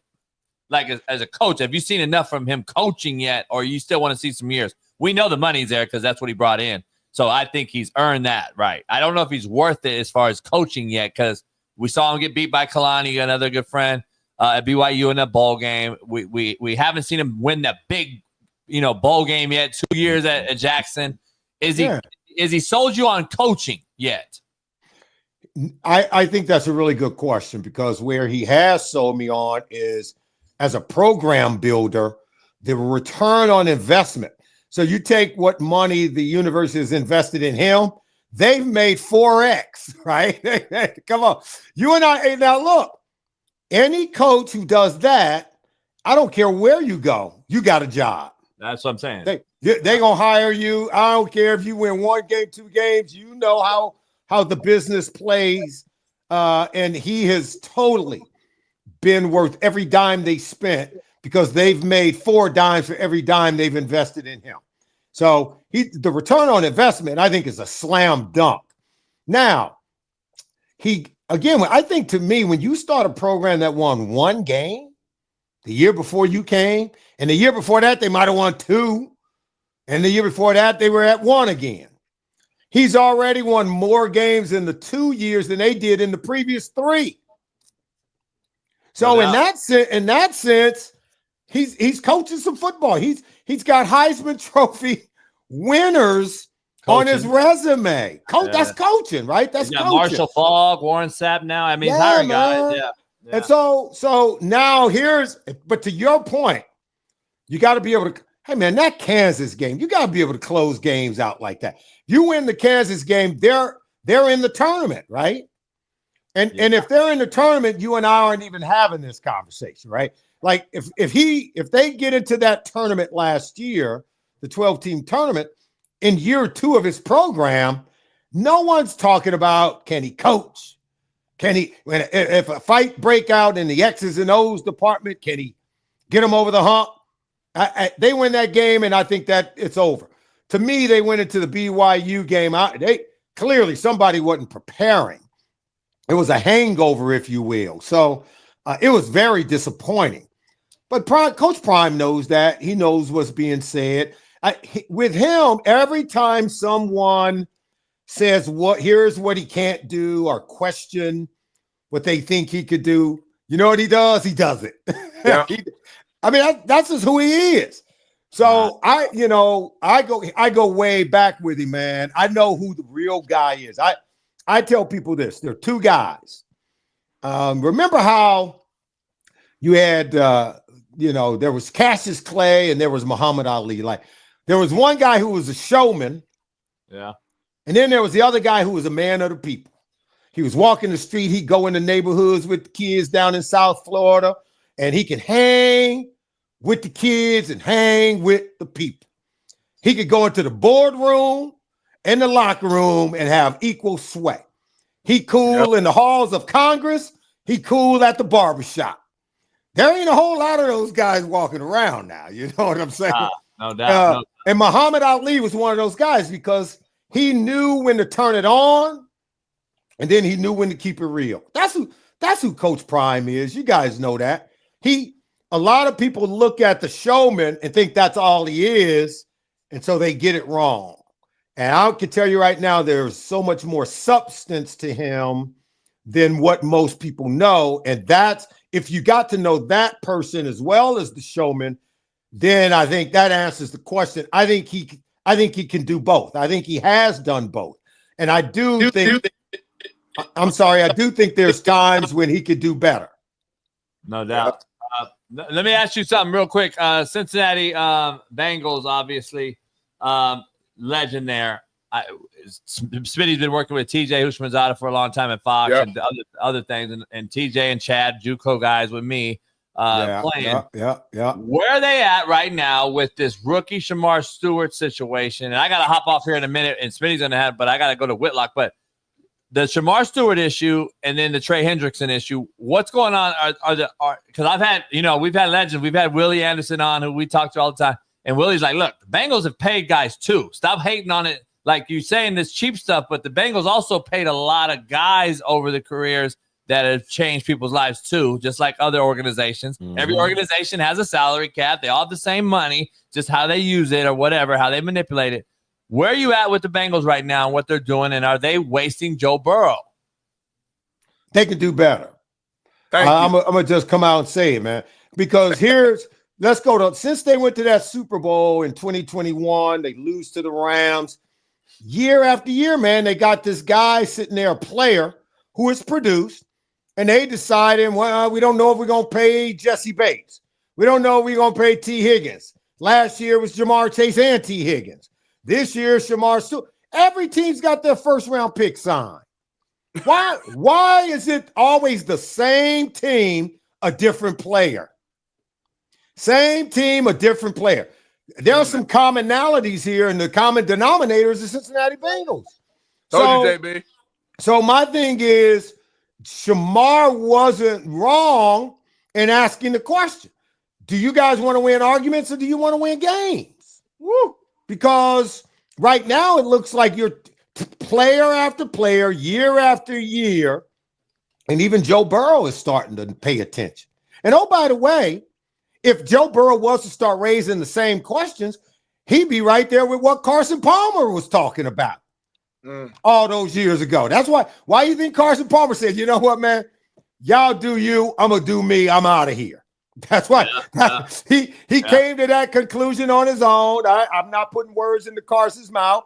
Carson decided it was time for him to move on, right?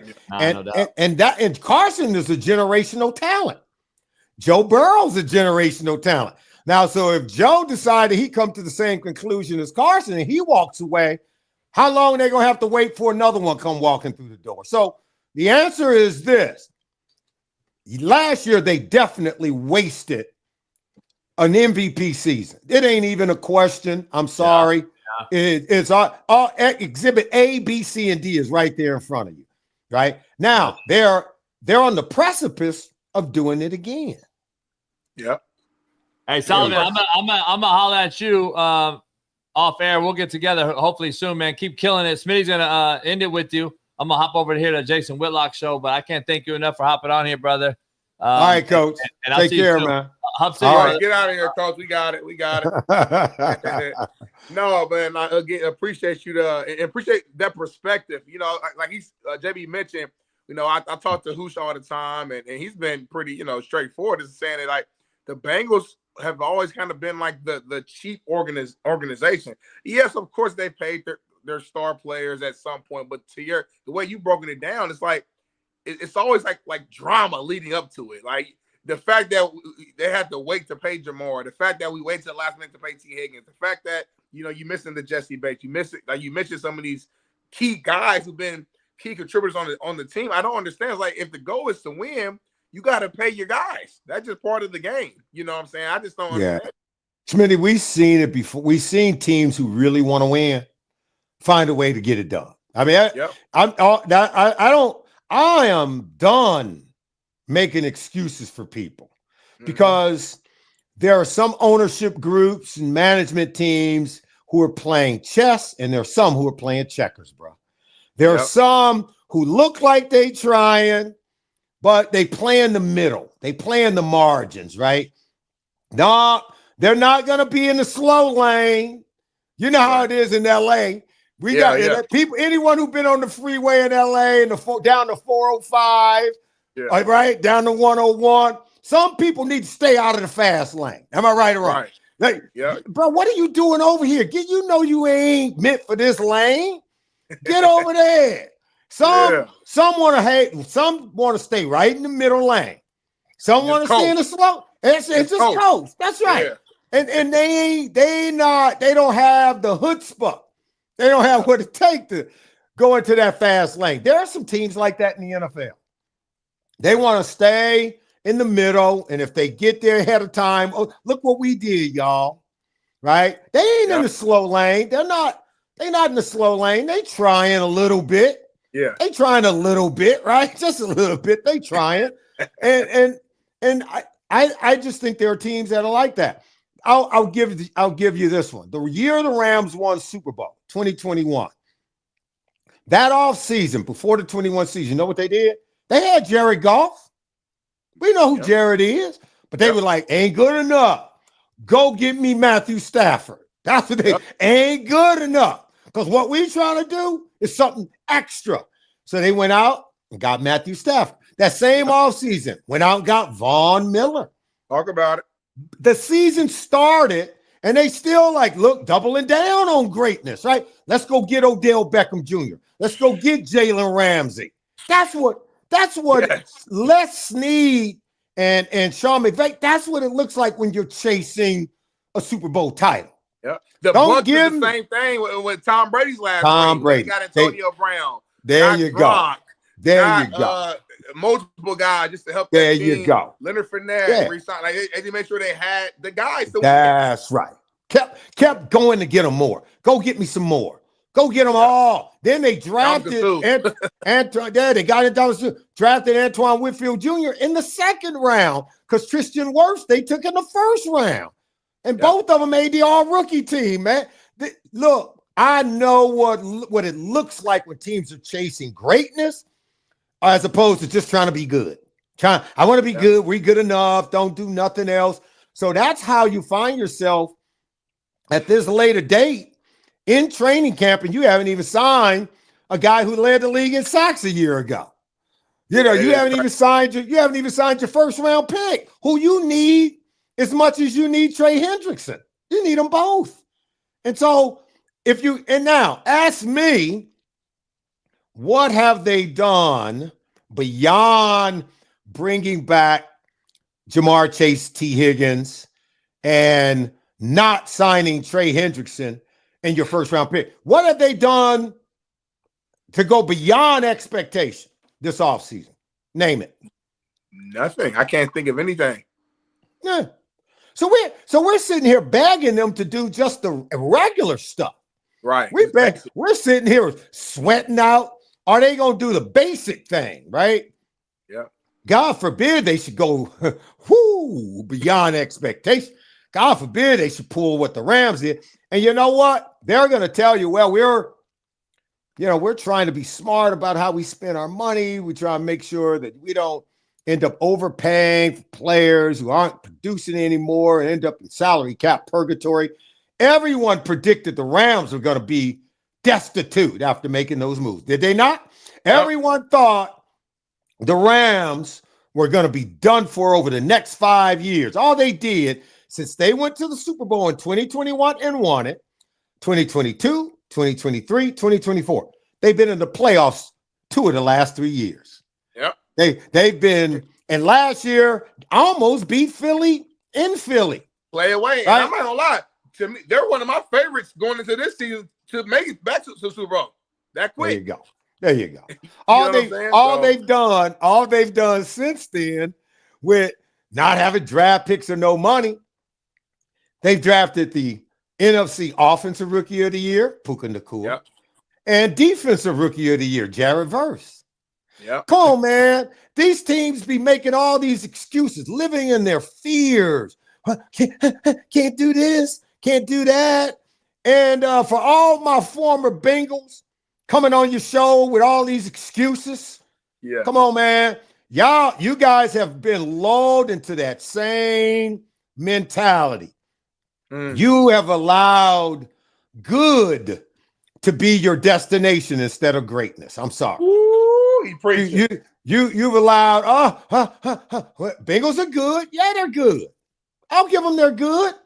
Yeah. What about becoming great? What are we doing to make this organization great?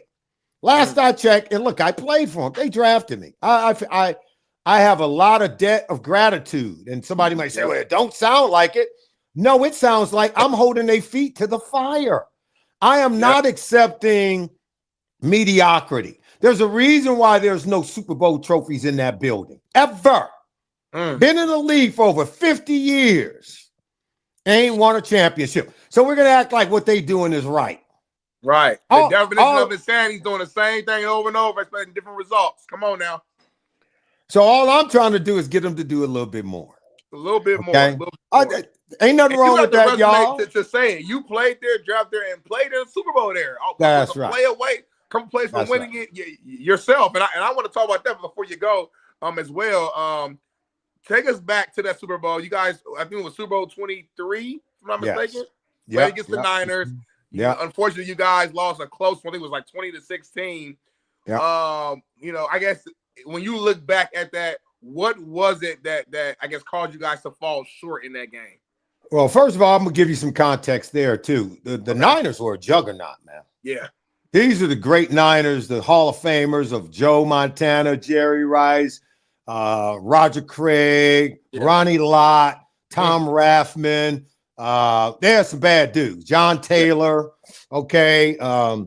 They had some dudes who could flat out play. I mean, there was no doubt about it. Now, the teams, we knew one another very well because our head coach used to coach. Bill Walsh used to coach in Cincinnati. And when he left to go to San Francisco, he was the offensive coordinator with the Bengals, took the head coaching job in San Francisco. And his offensive coordinator, when Joe Montana won early in his career, was Sam Weish, who came back to Cincinnati, became our head coach. Yeah. So this was a game that, remember, it was tied, 3-3 at halftime, 6-6, something like that. Yeah. Halftime, right? We held it down, man. Now, they end up scoring on the final drive of the game with 40 seconds left. You remember Montana to John Taylor for the game-winning touchdown.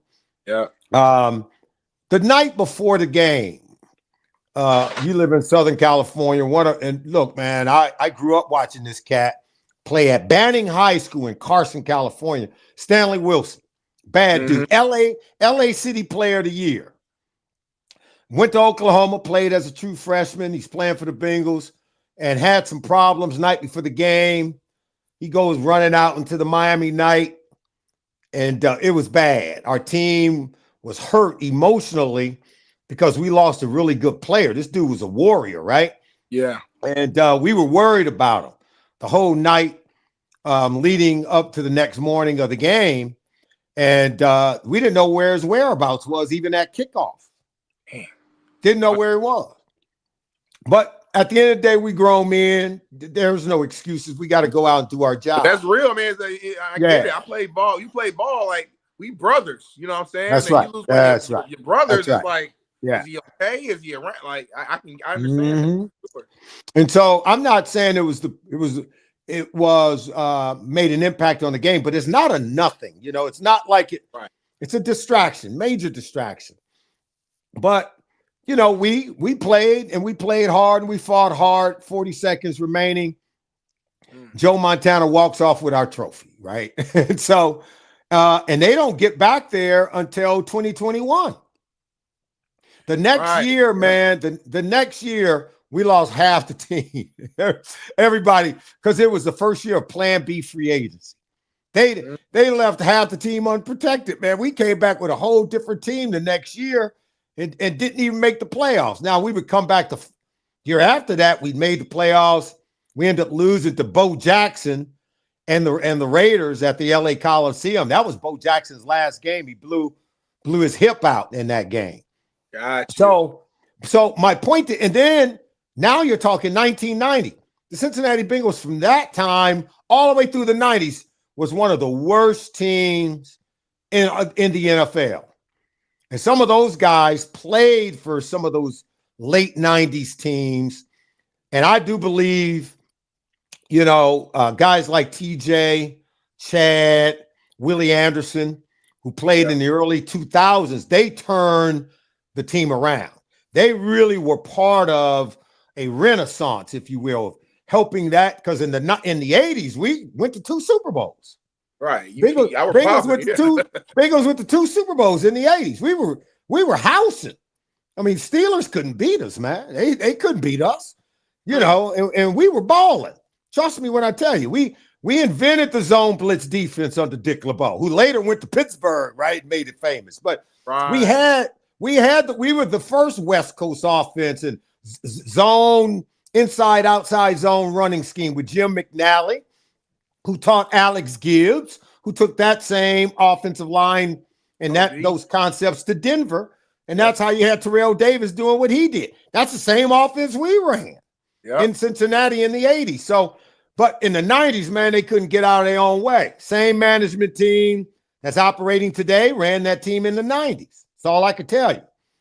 Yeah. But when Marvin Lewis came in 2003, he turned it around. Because guess where he came from? Pittsburgh and Baltimore, man.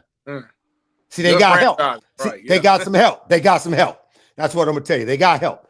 And so TJ, Chad, Willie Anderson, those guys were part, and Carson Palmer, man. Carson was a bad dude, man. Underappreciated, man. Oh, come on. Come on, man. Still to this day. Yeah. I told the owner, I said, he the greatest quarterback you ever had. He the most talented quarterback you ever had. He couldn't disagree with me, you know? And I think to this point, you got to say that. Now, do I think Burrow is going to surpass him? Me personally, yes, I think so. Yeah. But right now, you got to say Carson, yes. Yeah, and I'm talking from a pure talent. Now, Joe Burrow is the greatest. He's the greatest competitor they've ever had at that position. No different. That dude is a dude. But here's the deal. He's got Carson's blessings. Carson and his brother Jordan helped train Joe even in the draft leading up to 2020 when he was selected by the Bengals. And they helped him to understand what he was getting ready to go into, if you know what I'm saying. Yeah. They helped him to understand that this is an organization now. You're going to have to hold their feet to the fire. If you think they're going to just do it naturally, then you got another thing coming. So you're going to have to show leadership on the field and off the field. That's what Joe has done. Joe Burrow has made sure that this team gives him what he needs to win. Now they need to do it in a more timely manner, right? And not let it drag out so long, but they need to give him what he needs, because if they take the approach that Les Snead and the Rams and Sean McVay did in 2021 to say, we are not leaving one stone unturned. We're going to keep acquiring players until we get the right combination around Joe Burrow. If they are determined to do that, this team will win a Super Bowl. There's no doubt in my mind. But you ain't going to do it haphazardly. Yeah. You ain't going to just back in and luck up and fall into a Super Bowl title. It ain't happening. You got to be intentional. That's right. Man. That's right. Man, I hope they get it together, man. Just as a neutral football fan, you want to see the Bengals at some point get over the hump. You want to see Burrow and Chase and those guys back in the big game. They're fun to watch, man. When they're on, they're on. So, man, Simon, before you jump here, tell people what you got going on. You have a show as well, right? Oh, absolutely. First, you can listen to me every morning on Sirius XM NFL Radio on Channel 88. From 7 to 10 a.m. Eastern time on Sirius XM NFL Radio. And also the Believe in Bengal podcast, wherever you get your podcasts, Spotify, Instagram, YouTube as well. The Believe in Bengals podcast. It's great, man. We do great stuff. We cover the Bengals on the daily. And we're pulling for them this year, man. But sometimes you got to hold their feet to the fire and make sure that they're making all the right moves. We got to go from good to great. And don't just be satisfied with being good and staying in that middle lane. I love it, man. I love your energy. I love the fact that even though you are a Bengal, you still, like you said, you hold them to the fire. You keep it real. We need more of that, man. And everybody watching the show right now, make sure y'all tap in and subscribe and go support Solomon as well. And, man, again, thank you so much for joining us. And I hope we got to get you back on hopefully sometime, later on in the season when the Bengals are rolling. Yeah, they better be. I tell you that. Thanks for having me, man. Appreciate you. Yes, sir, man. You have a good one. All right, man. Clap it up, man, for Solomon, man. Make sure y'all go follow him. Love his energy, man, for real. Like, a lot of guys, that they have former teams that they play for. They kind of coddle the line a little bit. He said, I'm going to be real with you. They need to get right, need to be intentional. And I couldn't agree more. Man. So, JB left me in the middle of the show, so we see how unprofessional he is. I'm definitely have a meeting with him post-show and kind of discuss pay, because I think my pay just increased and his pay just decreased right there. When you leave one show to go to another show, that's not what you do. If he was at ESPN or my last job I got fired from at Fox, he's not going to leave that show to jump on another show in the middle of the show. You hear what I'm saying? So now you guys see all my haters are in the chat who talk crazy about me all the time. I'm the team guy. I'm the guy putting the foundation down and keeping this thing held together like glue. I'm the guy who's bringing the passion and the work and the fire to show. I'm the guy who's driving 3 hours a day to be in person just to benefit y'all as the fans. I'm the guy. Put respect on my name. JB, we got a problem. We're going to have a meeting right after this. And Bailey, go ahead, jump in. Smitty, I don't know if you saw this during your interview. There's some really unfortunate news in the wrestling world, Smitty. Hulk Hogan has passed away at the age of 71 after cardiac arrest. Really unfortunate news. Probably one of the greatest wrestling icons ever has passed away at 71, Smitty. What? Damn, that's a fucking shitty way to end the show, but we got to get it. Thanks for getting it on there. Yeah. Y'all know me. I grew up a big-time wrestling fan. WWF, before it was WWE. Hulk Hogan is he's like you could argue he's the GOAT. I mean, he's one of the guys that held it together and allowed the WWE to grow and elevate to become what it became. And I know people got mixed feelings about some things that's happened outside the ring, and that's another conversation. But we're talking about just in the ring, though. This guy's a legend, so definitely prayers up for his friends and family. And this is kind of a shocker. Had he been sick, Bailey? Do you know, or just was this kind of like out the blue? This was, to me, out of the blue. I hadn't seen reports that he was sick or anything, or his health. This came out of the blue. I mean, this has been kind of an unfortunate week with the deaths. JB said 3. He said, yeah, that's what the first thing I thought. I was like, damn, JB did say they're going 3s, and that's he said it comes in 3s. Ain't that something? Yeah. Man, that's kind of sad, kind of shocker, man. Like I said, prayers up for his friends and family. Last time I saw Hulk Hogan, he was promoting Trump and flexing. And Yeah, I haven't seen him just on since then. stage. Yeah, speaking for Trump. So unfortunate news in the wrestling world this minute.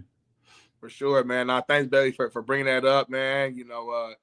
T's and P's, to him and man, so many people have lost loved ones this week, man. And it's just nothing you can really say to change anything. You just hope that you can bring some sort of comfort and love and peace around them all. So with that being said, though, y'all, it's 9:06.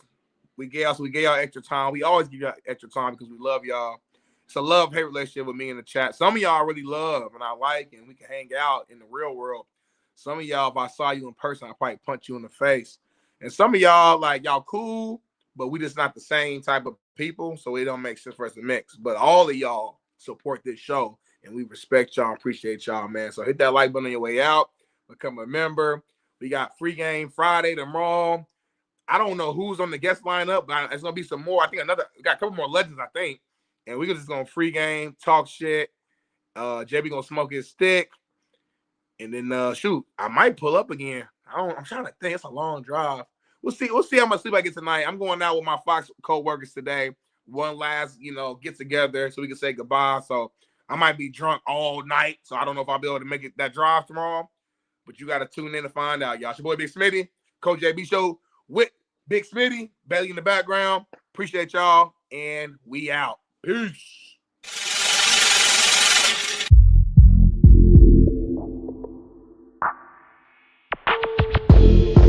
This the real JB.